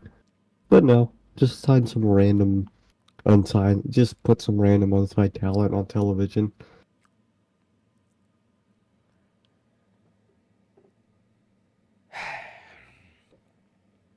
Roddy beats him. Adam Cole sits in the ring. And if you want to know what he said, just go watch last week's episode of Unscripted, when we talked about the initial promo from the Undisputed Kingdom. Same thing. This man sat down, and I shit you not, said the same fucking thing he did last week. As if Tony Khan fucking pulled a sticky note out of his garbage can, unfucking folded it, and was like, oh, this is what Adam Cole's gonna do this week. What the fuck was the point of having them on the show? Pointless. Achieved nothing. Just repeated the same thing you already did. Dude. I don't fucking get it, man. Yeah, these guys, they're the tag champs. This guy's going for the fucking Continental title, and this guy's going to win the world title and give it to me. Are you serious? This is what you fucking made Adam Cole jump on a plane for? Doesn't fucking make sense, man. Oh yeah, this group ain't gonna make it. They're not gonna make it for Adam Cole being back in the ring, I'm gonna tell you that. I'd be shocked. Really I'll shocked be if they real did. fucking shocked. Unbelievable, dude. And in the main event, we got Sting's final appearance at Daly's Place against the Don Callis family. Man, you thought they had no momentum before this, huh? So it ended up not being Takeshita that got pinned. It ended up being Powerhouse Hobbs that took the pin. Someone is equally unneedy of getting pinned. Correct. And he lost. And yeah, they put on a pretty good main event. Can't complain about it at all. Pretty good main event. Sting gave him a Scorpion Death Drop off of the little Daly's Place stage onto 2 tables. And he pinned him in the Falls Count Anywhere match. And that was that. That was that, man. So that was the last time Sting will be in Daly's Place. The place where the Stinger debuted. So that was cool. Nice little homecoming. But yeah, that was the match. Like I said, it was pretty good. But again, they just put Sting and Darby against a group of people that didn't really need to lose. They're a group that's already ice cold. And that on top of them losing is not good. Yeah, not a good sight. Exactly, man. Classic modern day Dynamite, man. 2024 Dynamite starting off hot, man, with the same slop we were getting last year, even worse. And so, not a great start to the year for AEW, I'll tell you that. No, not at all. Not at all. So that was that. Tony Schiavone's in the ring after the match, talking about how he was talking about how Sting still has to choose his final opponents for Revolution, and the Young Bucks come out. The Young Bucks come out, man, and they stared down Sting and Darby Allin, and they left.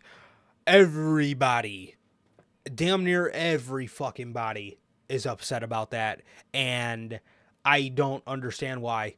The Young Bucks, you guys know how I feel about the Bucks. They're my favorite tag team of all time. I think they're the greatest tag team of all time.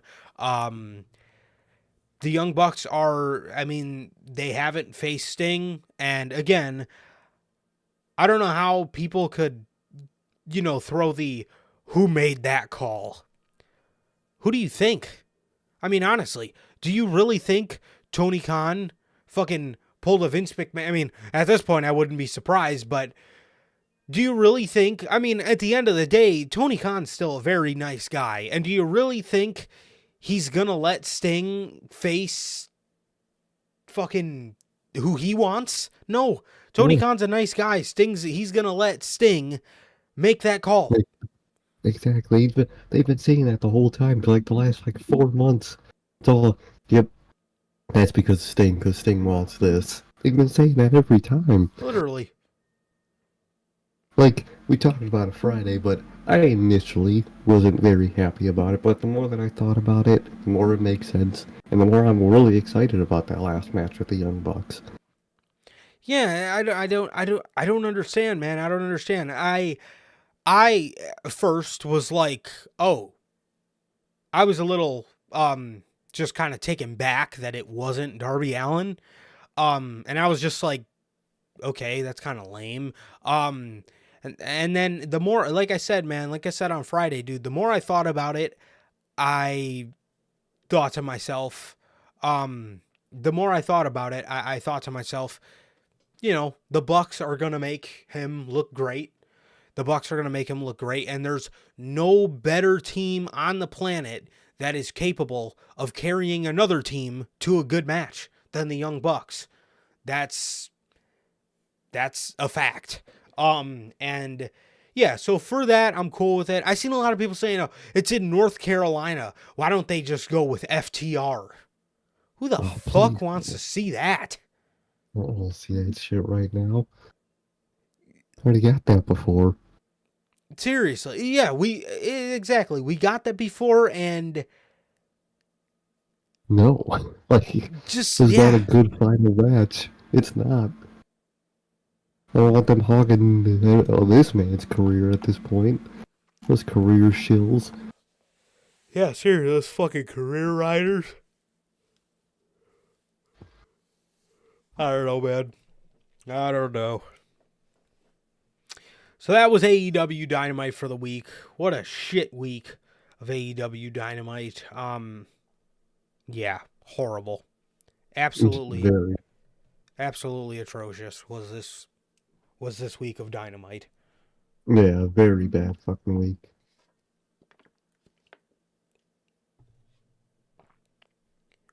All right, man. Monday Night Raw. Well, I don't think anything happened on SmackDown. No, nothing really. We did get the name for the AOP and Karrion Kross group. It is the Final Testament. I like it. Same. I think it's all right. I think it's all right. That one reminds me a lot of how I first felt about Judgment Day. Yeah, like it's That kind was of like, more of a same. it's And, more like a pay-per-view name to me. yeah, definitely. But I think it'll be really good over time. Yeah, because I mean nowadays, they're Judgment Day, and we don't even, think about it Maybe twice. twice. So Monday Night Raw, for me, Monday Night Raw had 2 hits out of the show for me, really. Yeah. Yeah, they had 2 really good promos that I really enjoyed, and other than that, I mean that was about it. So, the show opens up with Cody Rhodes. Only fitting on Martin Luther King Day. We open with the man that was riding with him. He really was. Truly was. Cody Rhodes. Cody Rhodes comes out and he talks about finishing the story. Talks about finishing the story, right? And before... Oh my God. Oh. Oh God. What? Dude, I have the notes. I have my bullet points from this promo, and there's a fucking create new note symbol at the bottom of my screen, and it opened a new note, and I thought I fucking deleted it. Oh.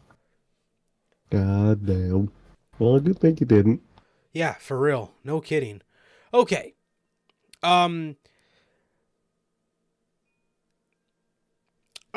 Tonight's episode of Monday Night Raw, yeah, I mean, didn't really... It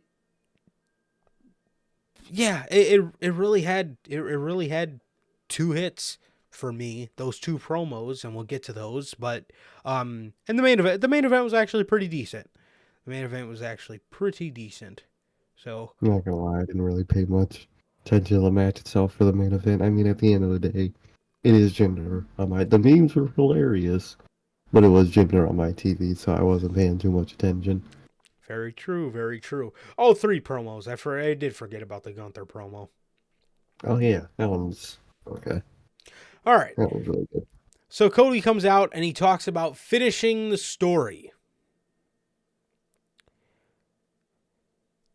Drew then comes out, and as soon as Drew McIntyre's music hits, I was like, oh man. I love to see it. Yeah, Judgment Day and Dominic, or Judgment Day, Dominic and JD, They didn't have a bad match. I'm not saying the show sucked. I'm just saying. I mean, the show was just Didn't do it for me.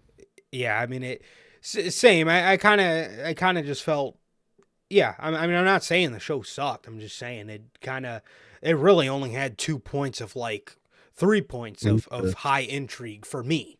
This is me, Yeah. but so Drew comes out, and again, as soon as his music hit, bro, I was like, dude, I was like, man, I was like, oh, here we fucking go, because this man, Drew McIntyre, been lighting the world up. This man been lighting the world up with his promos. So he comes out. Hello, Limey. How's it going? Yeah. Drew tells Cody Rhodes him and Cody haven't got the chance to catch up yet since he's been back in WWE. He talks about how they grew up in WWE together, and he wanted to tell Cody that he is proud of him. Both the man and the performer. He talks about when they were a tag team. He then asked Cody Rhodes, what was the name of that tag team? And Cody said, the Deathing Ones. So he talked about when they were tag team champions and how they did not embrace the opportunity and they both needed to leave WWE. He talked about how they redefined and blueprinted wrestlers being wrestlers outside of WWE and how they became verbs. You know, when, people say he pulled a Drew, he pulled a Cody. He talked about how they became verbs and how they became undeniable to the point where WWE was calling them back. He talked about how Cody had his last match with him before he came back to WWE and how Cody told him he was going to be a future world champion. He tells Cody that he's going to be the first person in his family to hold up that belt. So Drew repaying the favor for some kind words Cody said to him. After this, Cody started to shake his head and tear up a little bit. He then tells Cody he's going to finish his story, but not before Drew finishes his. Cody then talks about how anyone can win the Rumble and Drew is underestimating a lot of people.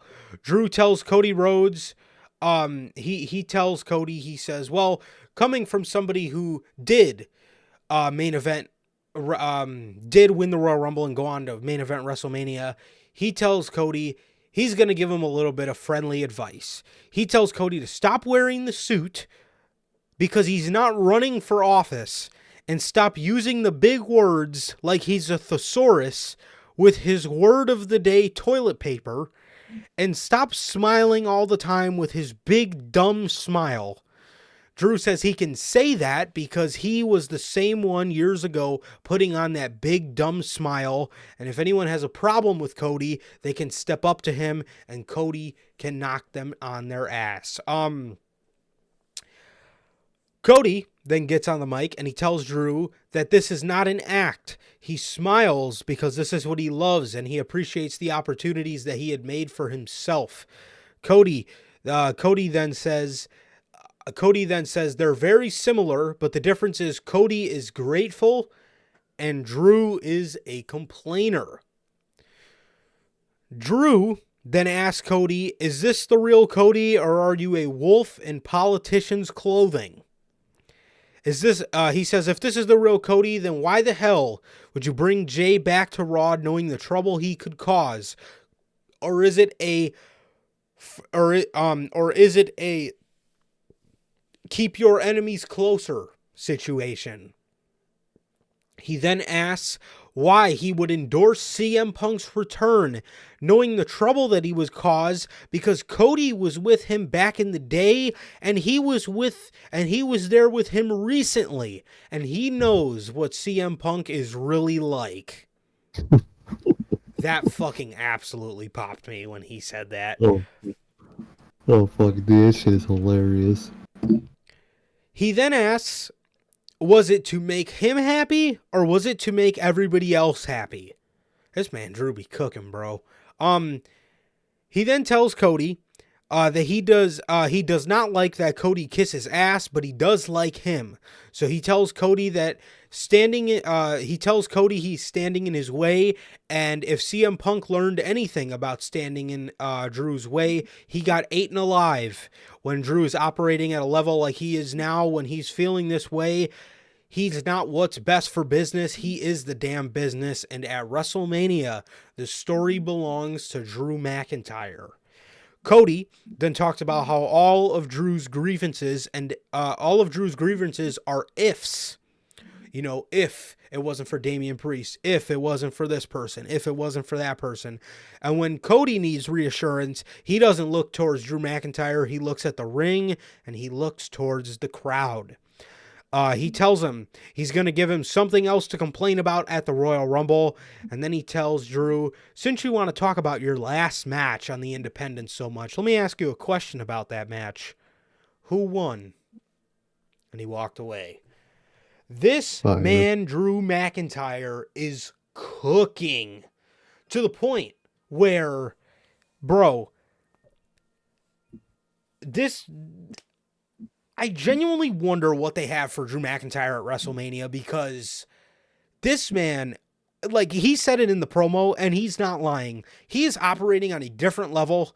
He is, because of all the chatter, Drew McIntyre is not flying under the radar because people are appreciating him, but everybody's looking towards all this other shit to the point where, goddamn, we really need to appreciate Drew McIntyre, bro. I mean, everybody's talking about Cody. Everybody's talking about CM Punk. Everybody's talking about The Rock. What are all these guys going to do at WrestleMania? I'm asking, what is Drew McIntyre going to do at WrestleMania? Because this man absolutely needs to be rewarded for what he's been doing, because he's been the most interesting part about Monday Night Raw. He's had the most interesting character arc in WWE over the last couple months. I mean, this man is just phenomenal, bro. He really is. Drew's fucking great, and every single week he shows you. He really does, man. He's been going crazy. Character arc.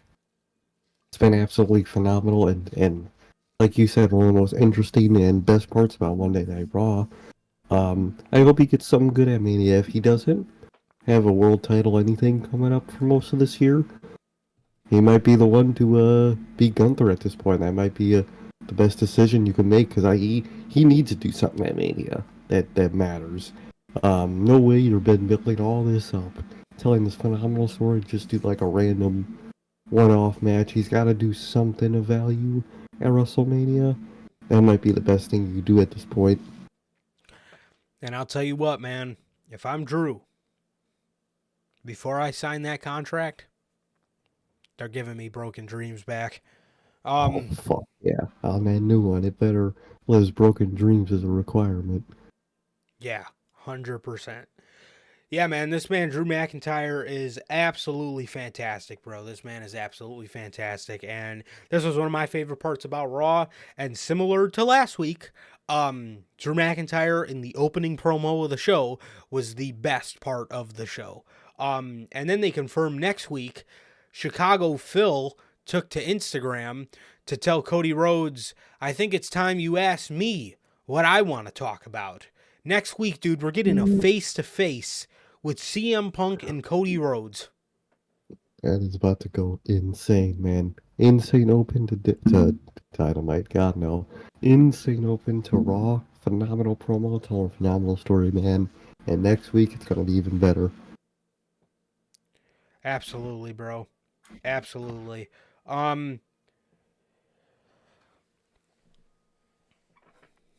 Yeah, that was the open to Monday Night Raw. We had R-Truth outside selling Judgment Day merch. Damian Priest went up to him told him to stop it, and he gave him his cut.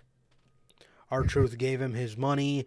Just a funny little segment here with R-Truth. Damian Priest told him not to tag in during the tag team match. During the tag team match later in the night. Yeah, this is a funny little segment, man, and yeah, it was pretty much it for that. Thought it was real funny. Like the thing they brought it up all night. And yeah. Definitely, man, definitely. Next, uh, DIY defeated Dirty, Dominic Mysterio, and JD McDonough. So that was that. That was that. Yeah, pretty good match. Pretty good match. I did enjoy the match. Yeah, they ended up winning with the meet in the middle to JD McDonough to I guess further solidify themselves getting a tag team championship match whenever that may be, whether it's at the Royal Rumble or at Australia. I don't fucking know, but hopefully it comes sooner rather than later. But yeah, this is a really good match, man. This is a really good match. I liked it, and yeah, that was that. Definitely, man. Really good match. Didn't expect any less from DIY. But, but, I love Triple H. I do. He has taken over every part of WWE so far, man, except for the music production. Dog, that DIY theme song is straight cheeks. I think it is one of the worst songs they have produced. That intro made my ears bleed when that shit hit, bruh. That shit is trash. Get some real theme songs in this goddamn company. Yeah, Please, for the love of God. Please call Beartooth, call Envoy, call who you gotta fucking call for these people, man. For the love of God. Stop using. I forgot their name. Jeff Rebel? Is it them? yeah. Is that their name? Stop using them. Fire them immediately. Made my fucking ears bleed when they fucking came out. Seriously, bro. Seriously. But yeah, man. Yeah, so that was that match, man. That was that match. Yeah, very good. Very good match from DIY. So yeah, just hey, keep it up with these guys. Keep their momentum going. You can see you could see them slowly but surely getting over with the crowd. So all I can ask is keep doing what you're doing, bro, because they're doing a damn good job with them so far. We were in limbo for a little bit with DIY, but now that we're kind of getting them in the hunt and actually building them up for a tag team title match, I can't complain, man. I can't complain. So yeah, that was that. Oh, yeah.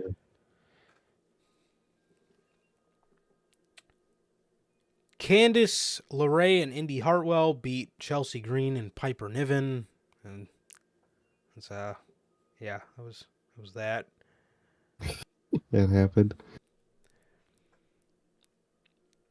We did get a video package tonight from Jinder Mahal and his WWE Championship run. So it was beautiful to see Jinder Mahal's WWE title run all over again, being that this man pulled up to Monday Night Raw as the, not just Jinder Mahal, this man pulled up to Raw tonight as the biggest babyface in the company right now. Jinder Mahal. I mean, exactly, bro. That is crazy. That man, Tony Khan, really got this man over for a night. That's right. He did. He He did, did man. fucking motherfucker did a better job getting Jinder Mahal over than Hook. Crazy. Seriously. Gunther. Gunther came back. Gunther came back, man, and I completely forgot that he was out because he had a kid. But yeah, so Gunther's back. Man, Obviously nice to see him. This promo was pretty much nothing other than him declaring for the Royal Rumble and doing this was pretty much just him declaring for the Royal Rumble and just talking about how, everybody's talking about it, but he's going to be in the match. So that it was really nothing other than that, man. But I'm excited to see him in the Royal Rumble. He is another dark horse that could possibly win it. I love when they go into WrestleMania having so many people that could legitimately win the Royal Rumble. You know what I mean? Or like even if even if they're not legit to win the Royal Rumble, their stories like important enough to be in the Royal Rumble, like a Drew McIntyre.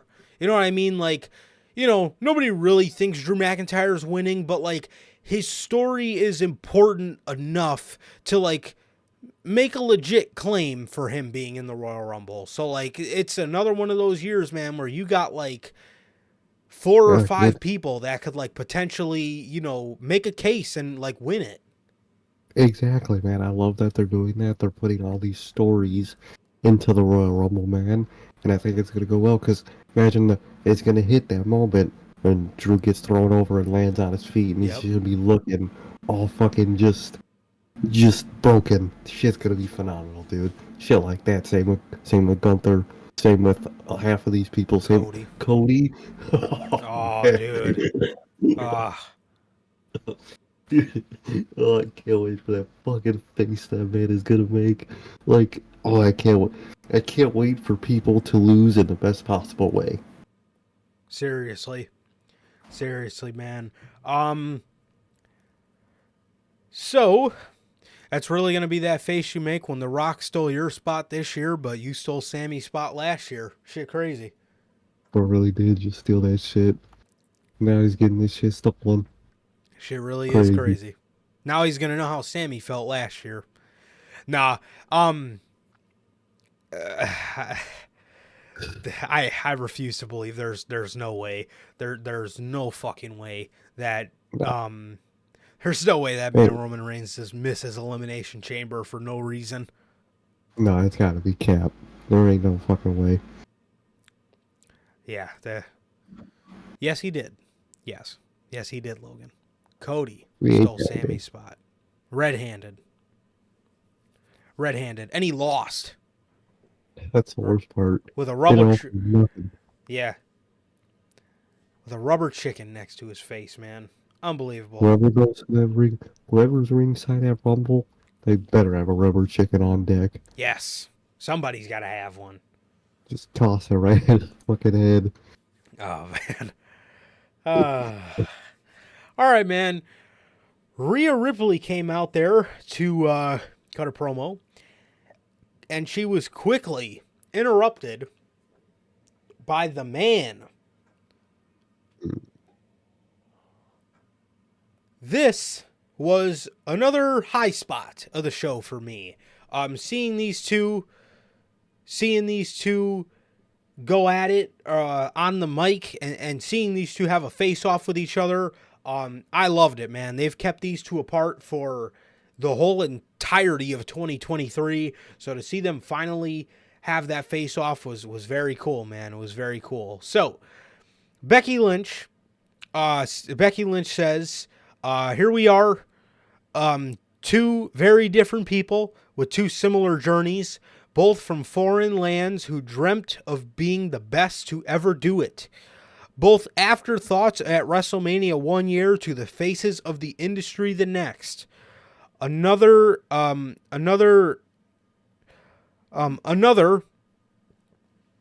difference is one has the ability and unmatched finesse, and one has the one has natural ability and unmatched finesse with the strength of a bear, and the other has the heart of a lion and determination that is unmatched. The two very best to ever do it. Becky Lynch says there's a thought in her head that says Rhea is better than her, and she needs to prove it to herself, and the only way is to take that title from Rhea, and that means winning the Royal Rumble, and at WrestleMania, it'll be Mommy versus the Man. Rhea says there's only one person that wants Becky to win the Royal Rumble more than Becky, and that is her, Rhea Ripley. She then tells Becky she'll see her at WrestleMania. This was awesome. I don't know how you guys felt about this, man, but I loved it. I know, we talked about it a couple months ago, the fact of Becky Lynch versus Rhea Ripley. And since then, it has warmed up to me a lot. It probably has a lot to do that the fact that there's no legit challengers on that whole entire Raw women's roster. Then Becky Lynch, at least none that they've, consistently kept on the winning track. So I love this promo. I think this was awesome. It was finally cool to see these two face off, and I think they'll have a hell of a WrestleMania match, man. I think they'll have a hell of a WrestleMania match. And as for Becky, obviously, I don't think she wins at WrestleMania. I think Rhea continues the reign, and also for Becky Lynch, I think that I think she does not go on to win the Royal Rumble. I think I think she earns her way through Elimination Chamber, thus having Bayley win the Royal Rumble. I think Bayley would be the right call in that scenario to have win the Royal Rumble. So yeah, that's that as we wait for Sir K to come back. But yeah, man. So we don't see you. That ain't me for some reason. I've got my cameras back on. Probably a Discord thing. Probably gotta hit Discord or something. Probably. I know it does that a lot lately. There you are. There he is. Okay. Let's get Sir K back up for you guys. There he is. Yeah, but what's your stance on this scenario? It's all right. It's all right. I'm not too crazy about it, but to be honest, there's really no other option that they built up at this point because they did a pretty bad job with Tony Khan and their load with possible challengers. So kind of have no choice but Becky at this point. I don't mind it. Not the biggest current Becky fan, but it's not bad at all. It's going to be a great match and probably be a really good story. So it's not what I probably would have, made if I had the choice, but they kind of don't have the choice at this point. So it's going to be a good match and it'll be a pretty good story. Definitely, man. Definitely. Akira Tozawa upsets Ivar. Okay. Yeah. Which is kind of funny because they've been keeping Ivar on a winning pace. So to see him lose to Akira Tozawa, I thought was a little ridiculous, but whatever. Shayna Baszler and Zoe Stark beat the team of damn, did they fucking win? I can't even fucking remember. Who did? Did Shayna Baszler and Zoe Stark defeat Tegan Nox and Natalya? I don't know why. I think they did, but that match lasted like 2 minutes. I don't remember nothing from that match. I thought it was main event time, but I just saw those two waiting in the ring. Okay. Yeah, they did. They did. I thought they did. I don't know. I blanked. The Miz and R-Truth lost to the Judgment Day. This was pretty funny. R-Truth made his entrance with the Judgment Day. He was like walking like a couple feet behind them. Pretty hilarious. Someone said that's the entrance you get in 2K when it fucks up the faction and makes one of them the manager. Oh my god, dude, it really was, bro. That's hilarious. Oh, yeah. Pretty funny, man. Pretty funny. R-Truth was giving Finn Balor and Dominic Mysterio their cut from the merch. JD McDonough didn't get any because, according to R-Truth, he's not in the group. So that he didn't get a cut of merch. So speaking of R-Truth being in the group, for our year-end awards winners that we, we're posting for tagging people whenever it was Judgment Day related, I had to also tag R-Truth just for the fuck of it. That's hilarious. That's hilarious. According to him, man, he's in the group, bro. So he is in the group. So hey, He ended up pissing Damian Priest off to where Damian Priest gave him a South of Heaven choke slam, and that pretty much lost the match for them. And yeah, that was pretty much that. Very, very entertaining tag match. I was mildly entertained during this. Definitely, man. Definitely. It was funny. All the stuff around R-Truth has been really funny. And I was entertained. Definitely, man. Definitely. More entertained than those fucking 8-mans on fucking Wednesday. So. Fuck yeah, those things. I hate those 8-mans. I never pay attention to those on Dynamite. Seriously. So, the main event. Seth freaking Rollins versus Jinder Mahal for the World Heavyweight Championship. Fucking Damian Priest pulled a Braun Strowman, just came and waltzed his ass down there and just sat down and watched the match. Like, what the fuck? What is that? Way to tell everybody I'm not cashing in tonight. So I don't know what WWE did with their multitude of pyro, but again, the dirt sheets, I guess, didn't. I guess they didn't think too much into that one, because where the fuck was my epic pyro tonight? For nobody, not even Seth, for retaining or nothing. Nothing. Completely stupid, man. But as for the match was decent. Nothing too crazy. I will say though, the ending sequence, they did a really good job at giving me a heart attack. Because Seth got hit in the face with a briefcase and then fell back into a coloss. And boy, I thought that man Jinder had him. Oh, when Seth fell back, I think we all fell back into a fucking flashback from 6-7 years ago, man. Can't believe that was 7 years ago. Dude, that is insane. I remember that shit. I remember just reading about that. It's crazy. Does not feel like 7 fucking years went by since that happened. Like, damn. It's crazy. Yeah, that really is nuts, man. It really is nuts. It's been 7 years since the fucking Jinder Mahal reign. Damn.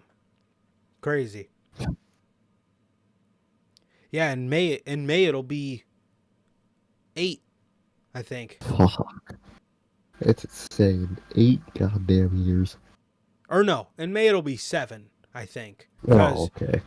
May of 2017, so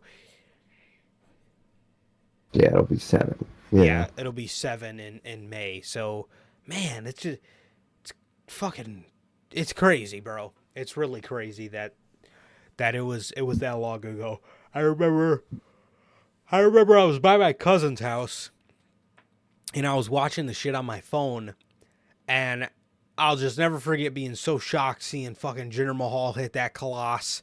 And then not being shocked when he hit the coloss, but when they hit that 3 count, I just remember just looking at my phone in just shock and like, what the fuck? That was really did that shit. Like, man.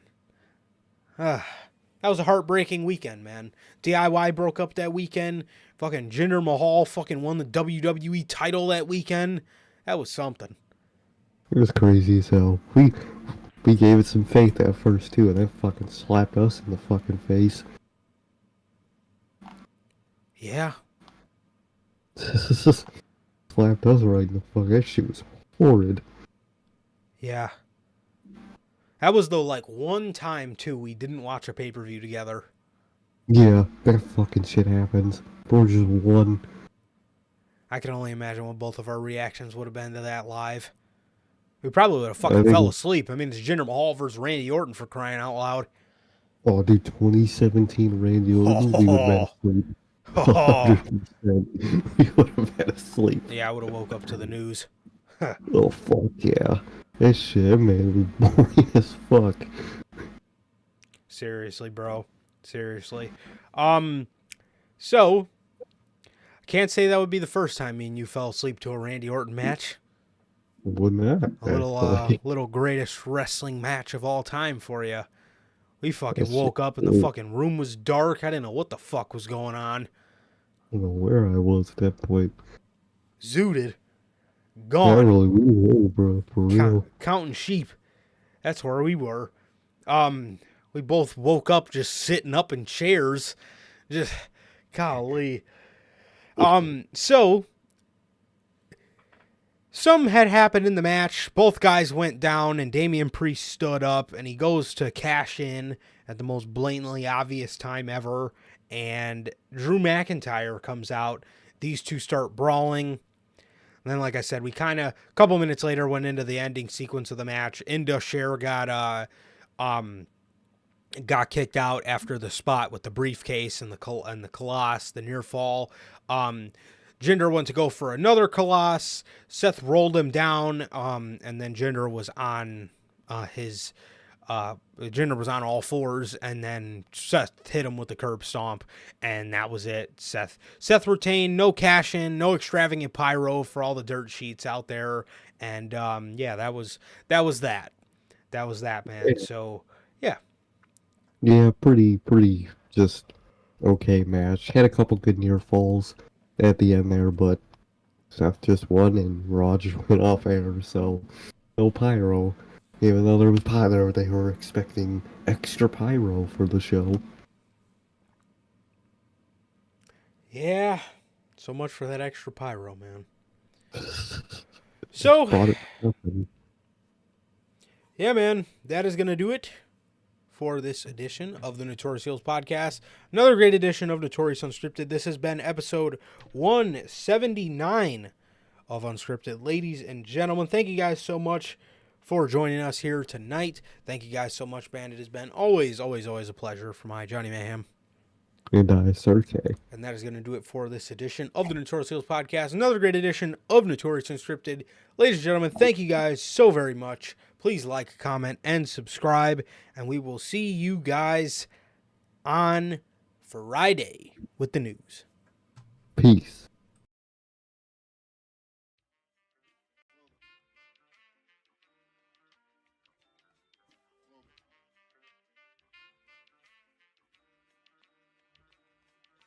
I used to get pills on the bitch. Now I throw shields on the dick to stop me from that HIV shit. And niggas know they soft like a Twinkie fillin', playing the villain, prepare for the strap killing. Biggie Smalls is the illest. Your style is played out like Arnold, and that's what you talking about, Willis. The thrill is gone. The black Frank White is here to excite, throw dick to dice. Bitches are like I'm brainless, guns are like I'm stainless steel. I want the fucking fortune like the wheel. I squeeze cats till my clips is empty. Don't tempt me. You don't want the fuck with the I'll be damned if this ain't some shit. Time to spread the lyrics over harmony grip. It's the mood killer death trap. Yes, I'm a jet.